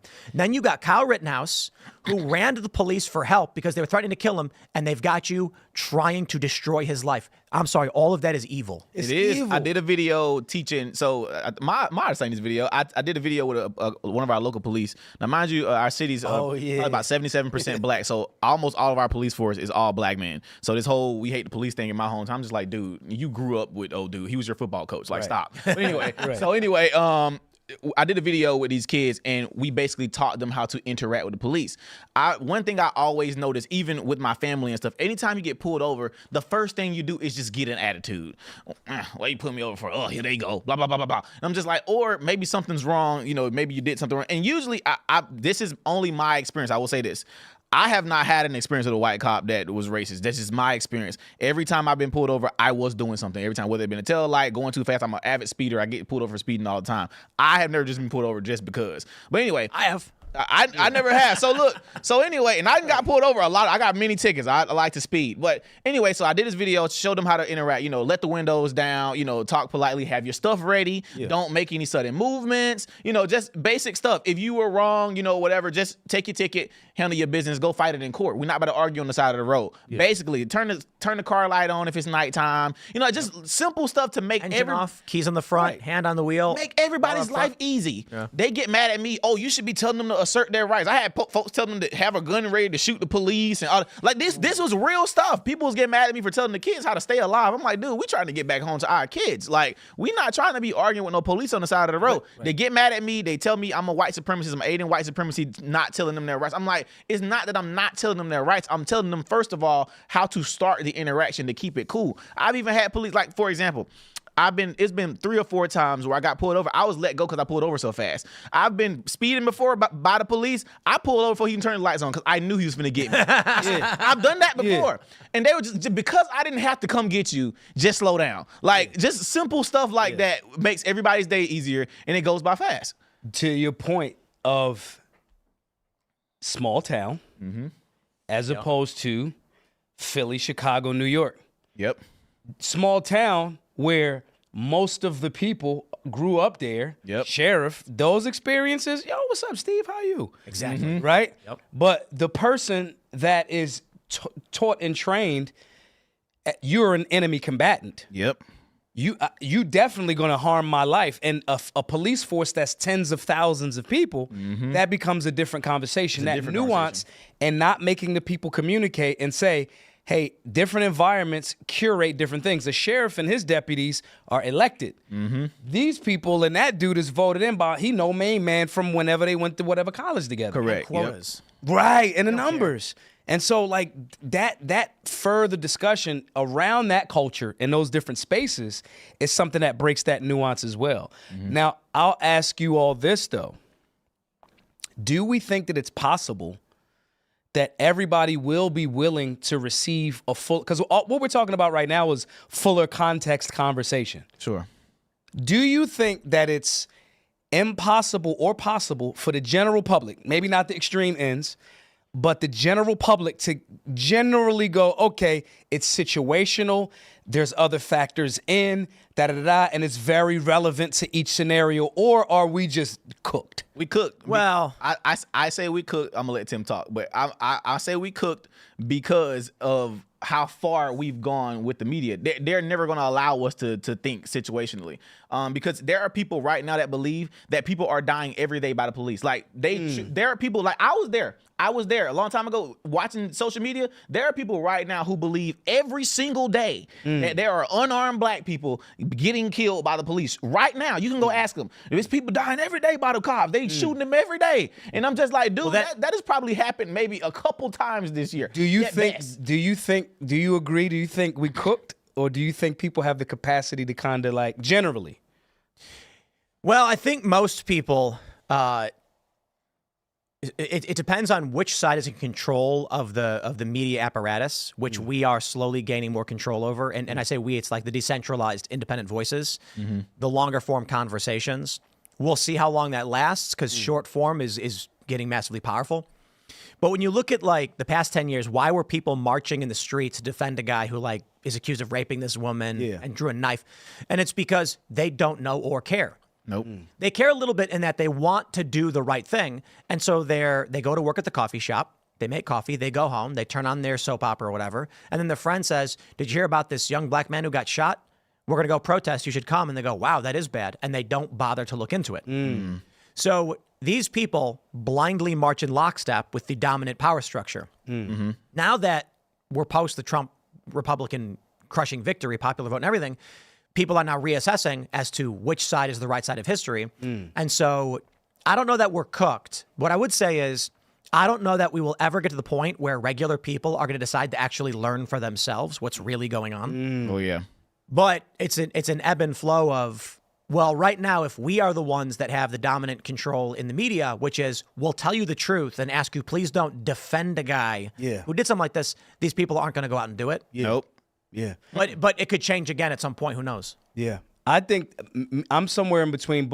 I'm at different times Brad Pitt in the movie Seven and Morgan Freeman in the movie Seven.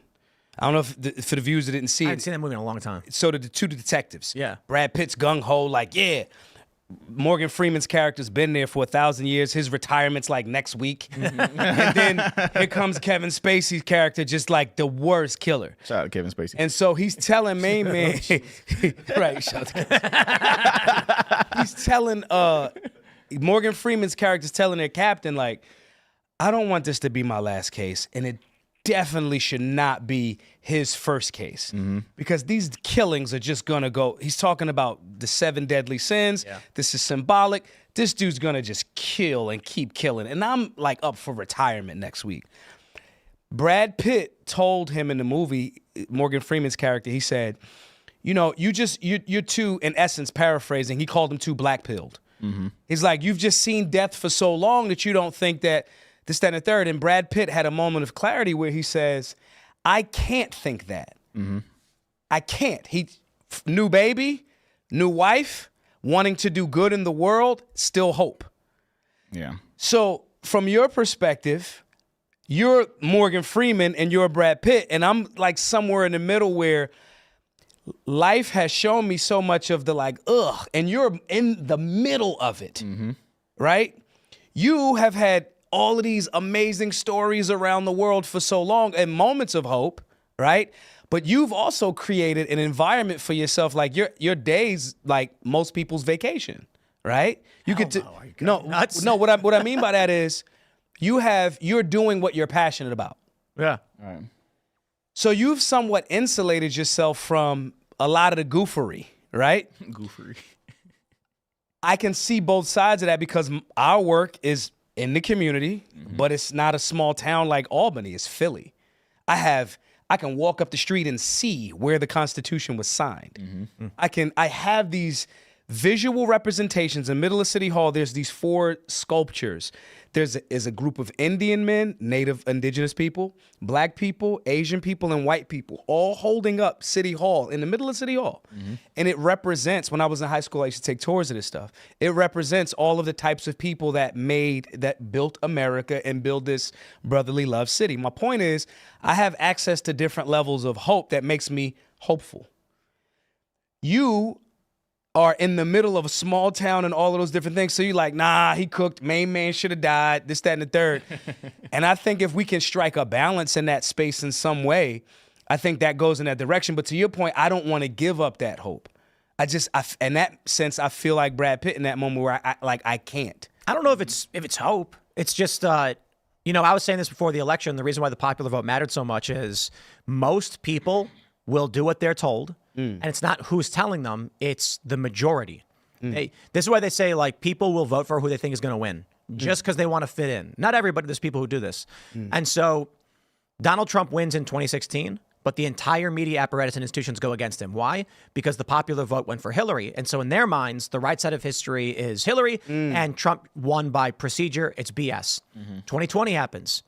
Joe Biden won and got the popular vote. We're on the right side of history. 2024, Trump wins, Republicans win, popular vote for Trump. And now what are we hearing? A lot of these people, Bill Maher on his show on last week being like, well, we need disruption. I wouldn't have voted for Trump, but Jon Stewart now saying that the election of Trump is a repudiation of a stagnant system. Bernie Sanders coming out being like, Elon Musk is right about the spending in this country. And then Cenk Uygur coming out and saying, talking about Trump won legitimately, and now we're going to try and work with the populists. Many of these people, the majority, are just like, who's the bigger group, and I'll do whatever they tell me to do. And I think it's human. It's partly due to the fact that a guy whose job it is to be an electrician is spending his day. He can tell you everything about how these systems work, how electricity works, how you can build the lighting systems. It's not his job to read the news and understand the nuances of political machinations. So then he's just like, look, man, I turn the TV on and try and do my best, but for the most part, like, my job is learning how to do electricity. That person's never going to become a top-tier journalist. Yeah. So if the corporate press runs the narrative and they're lying all the time, these people are like, I can't believe how evil Trump is. But now that the narrative is being controlled more and more by independent voices who are telling the truth, or not all of them do, but more so, this guy's going to be like, oh, wow, I didn't realize that was a lie. Okay, well, now I will vote for Trump. Yeah. And so that's where we're winning. Yeah.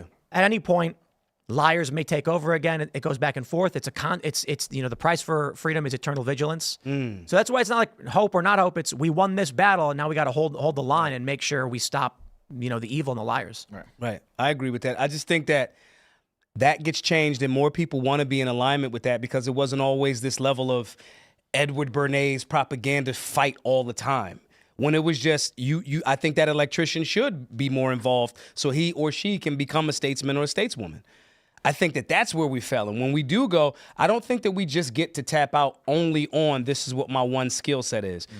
To your point, the people that framed America were young 20-year-olds. You know what I'm saying? Like, dudes was like barely out of teenagers. 24, 26. Right. But they weren't, but back then that was a man. You're an adult man. What are you talking? So when do we give the green light for men to not be that now? Because we got Wi-Fi? Yeah. No, we got to shame that. And that's my point. And that's my point. I think that it becomes I'm gonna do shameless plugs when we wrap up and all of that, right? I'm gonna plug X for Boys, right? We're doing things in the community that need to be done. And I don't think we should give people that ability to go, hey man, I'm an electrician. So politics, you know the whole like, well, I'm just not interested. Well, politics is interested in you, champ. Yeah, I used to be that way. Again, I told you when I was like 18, 19, I was the guy, I'm not doing politics, man. We just do for self, do work, boom, boom, boom, boom, and that's it. Until I get, again, 23, 24, 25, I'm like, okay, they just passed something. Let me- I just seen that. Like, Right. I need to go down there and see what they got Right. going on. Like, because it is affecting my kids. You're going to be further impacted as much. And I love that electrician. I love him. I go, yo, bro, make sure my lights are on, right? But then I also go, hey, man, when you're doing the light thing, can I sit in with you so I can like learn a basic understanding of it? Go ahead. Let me. I want to read this comment. It's from Gravy Skateboarding. He said, "Tim, tradesmen follow politics just as much as you most times. What do you think we are listening to while we work? Duh. No, my friend, you completely misunderstand. You do not follow politics the way I do. Yeah. And this is the point. I don't mean this disrespectfully, but people only know what they can know, and they project their experiences on other people. Mm-hmm. Dude, I don't watch and listen to podcasts. Yeah. I don't pull up Benny Johnson and listen to his show. No disrespect. He's got a big show. He's got a great show. He talks to members of Congress. I am reading 17 articles on the exact same story. Right. And then I'm looking for where they're lying. Yeah. And then you'll read one news story, and it's like the one with the Saints and the Jacob Blake, and it'll say an unarmed black man was shot. And then what do? I pull up the video, I pull up the charging papers or whatever. I look to a combination of journalists and internal research, and then I'll just be like, hey, wait a minute, that's not what happened. So, for instance, with the Covington kids, you guys remember this one? Yeah. I see a video going viral of a Native American and a kid, and the kid's got this weird look on his face, and the guy's banging a drum, and everybody online, literally everybody, is saying, look at this supremacy. kid. How could he do this? Yeah. And I was like, what? I don't even know what this is. Right. And people are to make a video about it. And I was like, but what is going on? So what happened? I, as well as other people, someone sent me a live stream, said, Tim, check this live stream out. No tradesman watched a 3-hour live stream from Washington, D.C. I don't expect them to. Nothing is happening. There's loud noises. There's chanting. There was Black Hebrew Israelites. There's banging on drums. No, they're going to go watch the podcast I and others have made after watching 3 hours of that. Yeah. I'm not saying they have an obligation to do that, but the reality is many of these people don't realize they're not actually doing the same work. Look, we got lights put in here. Yeah. Imagine if I came out and said, I'm doing the exact same work the electricians are doing every single you're day. not, What do right. you think we're doing? I got my lights fixed. No. Right. When they're ordering it, all the behind the scenes stuff. So I'm not saying that disrespectfully. I'm saying that I don't think people realize the amount of work that goes into dragging through all of this stuff to figure out to the best of at least my abilities, which is far from perfect, what is or is not. For instance, people it's blowing my mind. A couple weeks ago, they were like, hey, did you see AOC took her pronouns out of her profile? So the first thing I did was I retweeted it with an LOL, and that was preemptive. I do this sometimes. And then immediately started pulling up archives. I went to 2 different archiving websites and pulled up probably 10 different versions of her profile to try and sorting algorithm when she removed her pronouns. Yeah. Deleted the tweet. She took them out over a year and a half ago. So everyone's acting like Trump won and then she went, uh-oh, and got rid of the pronouns. Right. And people keep telling me, did you see?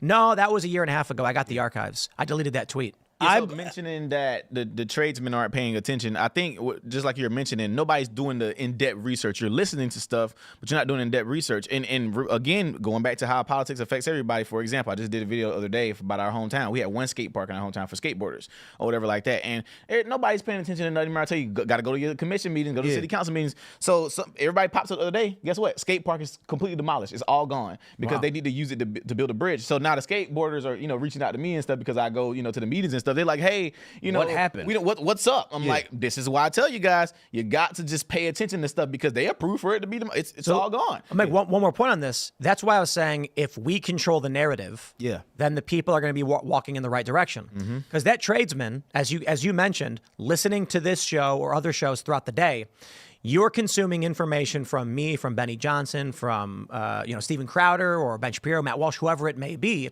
and we are trying our best to understand what's really going on and then honestly convey what happened and our thoughts on the matter. And then you can choose to agree or disagree with us.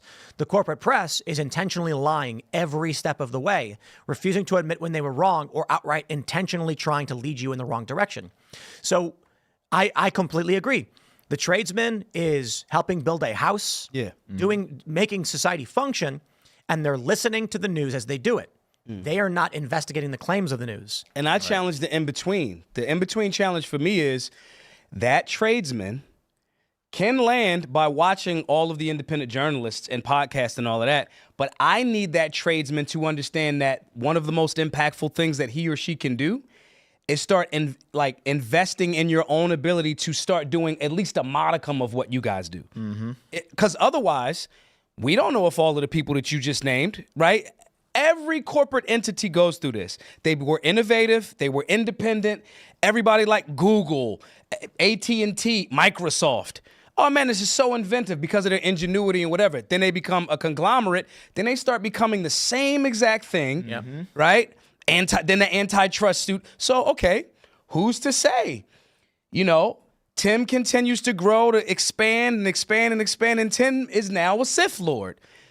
And now you're listening to the Sith Lord because you just went, well, he started out telling me the truth and being objective. The only way that we can continue to make all of those entities, podcasting, long format, all of that, continue to be that is if those entities know you're not really paying attention to me. It is the conglomerate, right? So for a show like this, let's say Crowder, let's say Benny, me, just insert whatever individually hosted show, I believe they will always maintain that degree of integrity that the corporate press did not. And it's because Tucker Carlson was on MSNBC before. Yeah. And he's not anymore. Right. It's because the machine does not care who's telling the truth or what. They care about their bottom line. Now, this ultimately resulted in their own destruction. But their attitude was, you don't get the ratings, we'll find someone who will. Right. And then they just keep playing with it until they ended up with the lowest common denominator of shock jock garbage content. Orange man bad, orange man bad. And now it's not playing anymore because people started to realize you've been lying to me the whole time. Right. Lying to me the whole time. That part would not happen if you took more of an interest in what you're consuming, what you're eating, your diet. Oh, dude, this is your diet, right? Yep. Because Tim might at a certain point lie to me. I don't think he does, but just in case, let me develop the skills. The same as I would with the tradesman that says, yeah, man, this lighting is going to cost you $872,000. Still go research to make sure. Right. That As opposed to me going, he said it's 872. He seems like an honest dude. Right.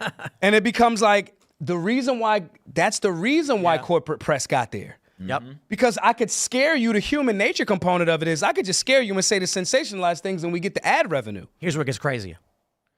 News organization publishes knowingly false news, gets 1 million views off of it, then gets a cease and desist, publishes a retraction, gets another 50,000 views. The retraction makes money. They don't give the money back when they write fake news. They just switch it with a retraction, publish it again, and then make more money. Yep. And the only thing that would be able to stop them is if they knew, like now, with MSNBC having the lowest ratings of like a bajillion years, that they go, oh, they're kind of like holding us accountable now. They're holding us accountable by you can't, I can't, you're lying. Yeah.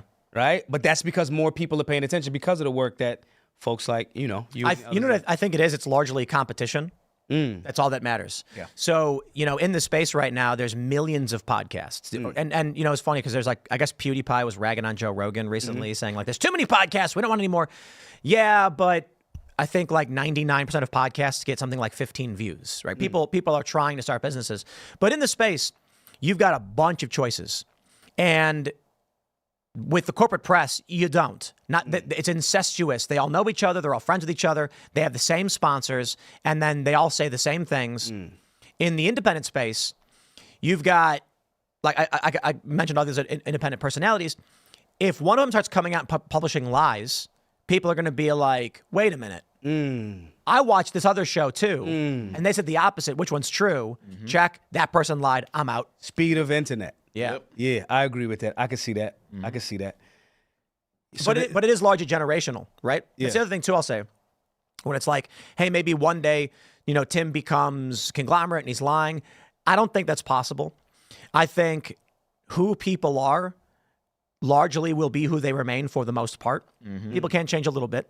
But what I mean is the next wave of lying press is probably going to be a younger generation that is motivated by self-interest and starts exploiting the algorithms and systems to make money. Yeah. And that will undercut the current independent press and it's a back and forth. So, this is one thing that people, I think, make a mistake about is that we see, for instance, Gen Z is shifting towards Trump. Yeah. And the assumption everybody is making is that young people have started to learn and wake up to the realities of the world. Not true. The reason why we saw a shift in the younger generation towards Trump this time around in this election, 4 years ago, those voters were not voters. Right. They couldn't vote. And so people need to recognize, they're like, we're seeing a huge shift to the right in the 55 age group. And it's like, that's right. That's different from where it was 10 years ago, because the boomers are now no longer in that bracket. Gen X is. All you're really seeing is that Gen Xers who are conservative have remained conservative. Right. Gen Z, who is shifting right, no. It's because these young people were conservative. Now they're old enough to vote, and you're seeing their political ideas manifest. I think it's an addition to that, too. I think more people are starting to, with the advent of technology and phones, not even advent, it's here. It's been here. It's like, you know what I mean? I think more people are listening to Urban America. Like, that's the reason why Democrats dominated for so long. Like, easily. Because they were just like there. If I'm here and I'm listening and I'm going, all right, we could kind of lie this much and we could say this, and they got a short memory span, so we're going to do X, Y, and Z. I think that's more what it is. I think more people are going, whoever listens to that dense population that is telling you this is an issue for me, and those people can speak to those concerns. It's like Trump, and what was that, 2016, when he was like, you go outside, you get shot, you don't got jobs. A vote for me. What do you got to lose? Yeah, he's like, why? What else? You got to lose? That demographic that resonated with that. Fast forward to now, the left played it all the way this way. The left goes, Urban America goes, we don't like overreaching, expansive hands of the state charging people unnecessarily for things that they shouldn't be charged for. The left got comfortable and wasn't listening to that conversation in Urban America. So I think whoever continues to listen to those big pockets of population, those people say, we don't want this. Again, the gay community going, yo, we didn't ask for kids to be here. We didn't ask for X, Y, and Z. Those people that say, when Trump goes, I was there. Great interview with him at the Libertarian National Convention, by the way. Wish we had more time. Yeah. Yeah. I was there, and I went there to see how he approached it. I was front row, and I'm like, all right, let's see how he does, right? Played it great. Yeah, I thought it was great. Some libertarians, boo, it doesn't matter what you say. I'm a libertarian, you're not, boo. What did he say to him? He was like, then you're going to get 3%, you can lose.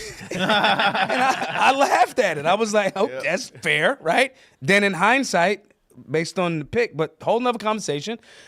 My point is, for whatever reason, whoever is in his camp, he's listening to where that demographic, the Joe Rogan demographic is an urban demographic.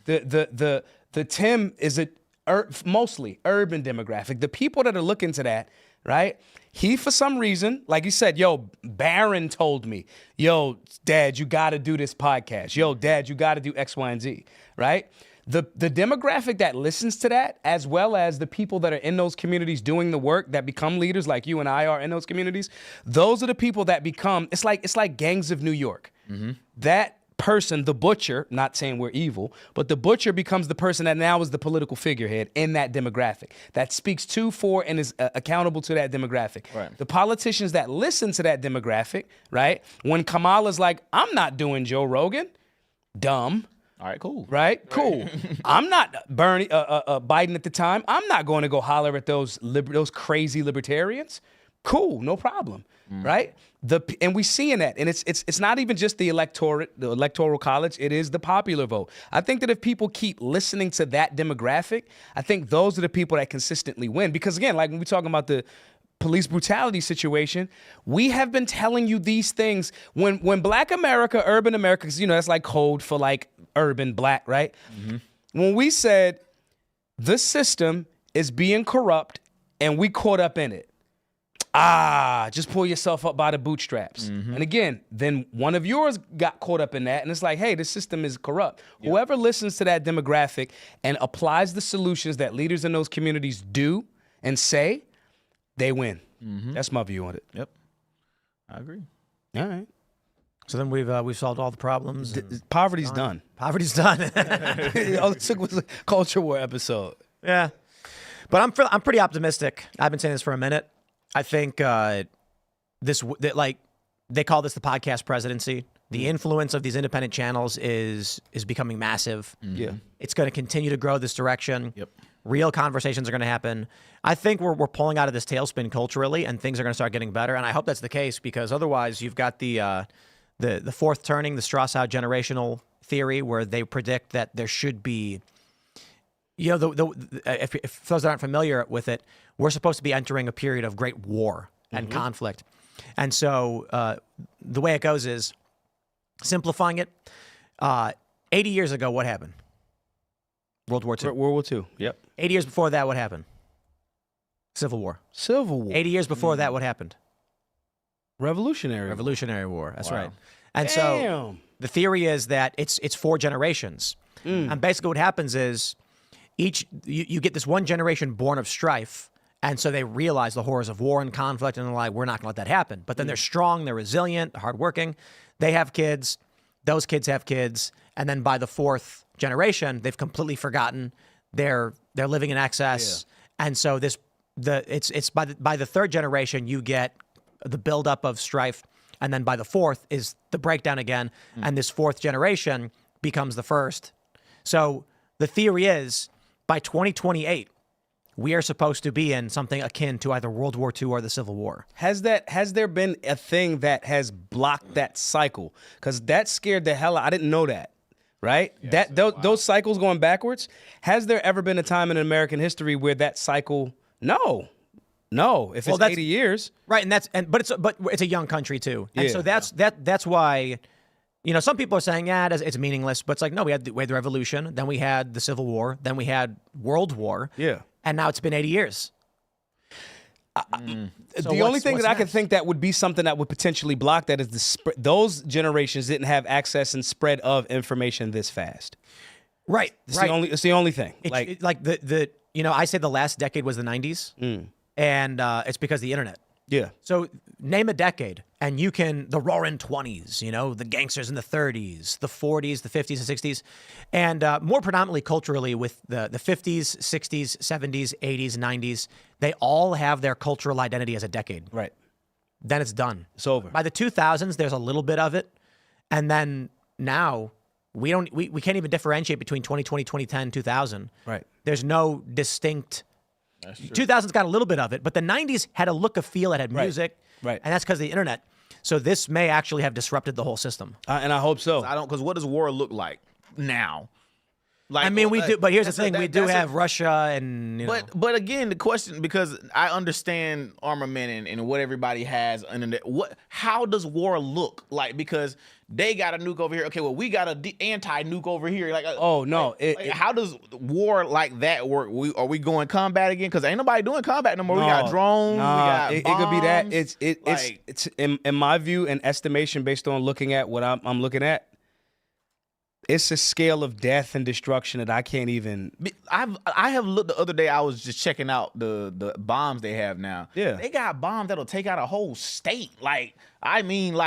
This is insane. But then we got anti-nuke. So if they shoot that bomb off, then we got something to go counter that bomb. It's mutually assured destruction. Yeah, I'm like there's no way to in my brain. I just think world leaders just need to fight hand-to-hand combat. Oh, you saying they just get out there and duke it up? Putin, Trump, duke it out. Right. Let's go fight. Because what do we got to do with that? You know, it's crazy. You see the show Fallout? Oh, yeah. Man, great. I love the games, so I enjoyed the show. That's easy. Mm-hmm. Yo, again, we're under the assumption he got the thing. Check this out. Look at that. This is Tsar Bomba, the largest bomb ever designed. It was 100 megatons. This was a Soviet Union that made this, and this is decades ago. See, the new ones are crazy. So this bomb that was made decades ago would basically wipe out half of Long Island, all of New York City, and stretch down to Trenton, New Jersey. The blast would go halfway to Philadelphia, and that's a bomb from I think the 70s. And we're not talking about blow your limb. We mean vaporized. Oh, right. So off a movie, like you get shot and so check this out. The Nuke Map is an awesome website. The fireball radius is what you're describing. That's actually only Manhattan. Yeah. No, I'm saying like the inside ball is like vaporizing, and then the rest of it, you get like 3rd-degree burns. Right. This yellow. You so lose your sight, things like that. if you live in Long Branch and they dropped this bomb on New York, you would suffer 3rd-degree thermal radiation burns. Yep. And then if you live in Trenton, New Jersey, there would be blast damage, meaning your windows explode, car alarms are going off, trees are getting knocked over. This is an old bomb. That's an old one. And I will say, though, this was a gravity bomb, which means they drop it from a plane. Yeah. So that's not going to happen this time around. Now it's even better. Nuke Map actually can't do and actually that wouldn't. I don't think that would be a surface burst anyway, because it's a gravity bomb. So oh man, it's even scarier. Yeah. It's not as big, but more people are vaporized by blasted with radiation. Yep. But what they would probably do now is it's going to be something like. So a MIRV, a multiple independently targeted reentry vehicle, is going to launch one rocket into the air, and then it's going to drop 12 warheads. Mm-hmm. So it's not even one bomb. Yep. It's 10 or 12 of them, all just flattening the eastern seaboard. Anyway, we can't go over, so we'll wind things down. Yeah. Guys, thanks so much for hanging out. For everybody watching at home, smash the like button, share the show. You can follow me on X and Instagram at Timcast. Do you guys want to shout anything out? Absolutely. You can follow me and organization, the X for Boys. You can go to the xforboys.org. You can follow me at New Emerging King and see all the incredible work we're doing with kids, teaching them how to work on cars, houses, doing firearms training, whatever. We're teaching boys a lot of different things. I'm glad Tim brought me on today. Hopefully, we can come back and Maj Black Guns Matter. Yeah. Yeah, guys, follow me on X. I've been kicked off of X and Instagram a few times now. X is at Maj Toure, MAJTOURE 999. Instagram at Big Daddy Toure. Support the work. We fundraising. We at the last leg of this fundraising situation, so we can buy the Solutionary Center and fund all of 2025's classes across the country. It's like you drive 8 hours and that last half hour is like the most brutal. That's what this last bit of fundraising is. Mm-hmm. So guys, all of the classes, Stop the Bleed, conflict resolution, de-escalation, civics, sewing, whatever type of class we have in person is free to all because of your voluntary donations. Please, guys, donate towards the work. We can't have these in-depth conversations as we have had today, and then you have people that are doing the actual work in the community. You don't support them. And you do not support them. Like, we can't, like. But they're going to go shop at Target. They're going to go to Target, bro, and get the DEI Jaguar. Imagine we doing free work. Like, all this stuff I mentioned, like keeping kids overnight, etc. I don't charge for any of that. Never have in 6 years. Right. So we do all of it exclusively from donors that call, that help, that send stuff on the Amazon wish list, etc. So you can go to the xforboys.org and Black Guns Matter and go donate and help us continue this work. And we show improve, by the way. You don't just donate. We show you what's up. I take pictures of receipts. We show you the toilets we needed. We show you the basketball court. We show you all of it. So please, if you want some transparency in the organizations, you got me and Maj right here. GiveSendGo.com/solutionary. xforboys.org. Yep. Right on. Boom. It's been a blast. All right, everybody. We're back tonight for Timcast IRL at 8 p.m. YouTube.com/TimcastIRL. Thanks for hanging out. We'll see you all then.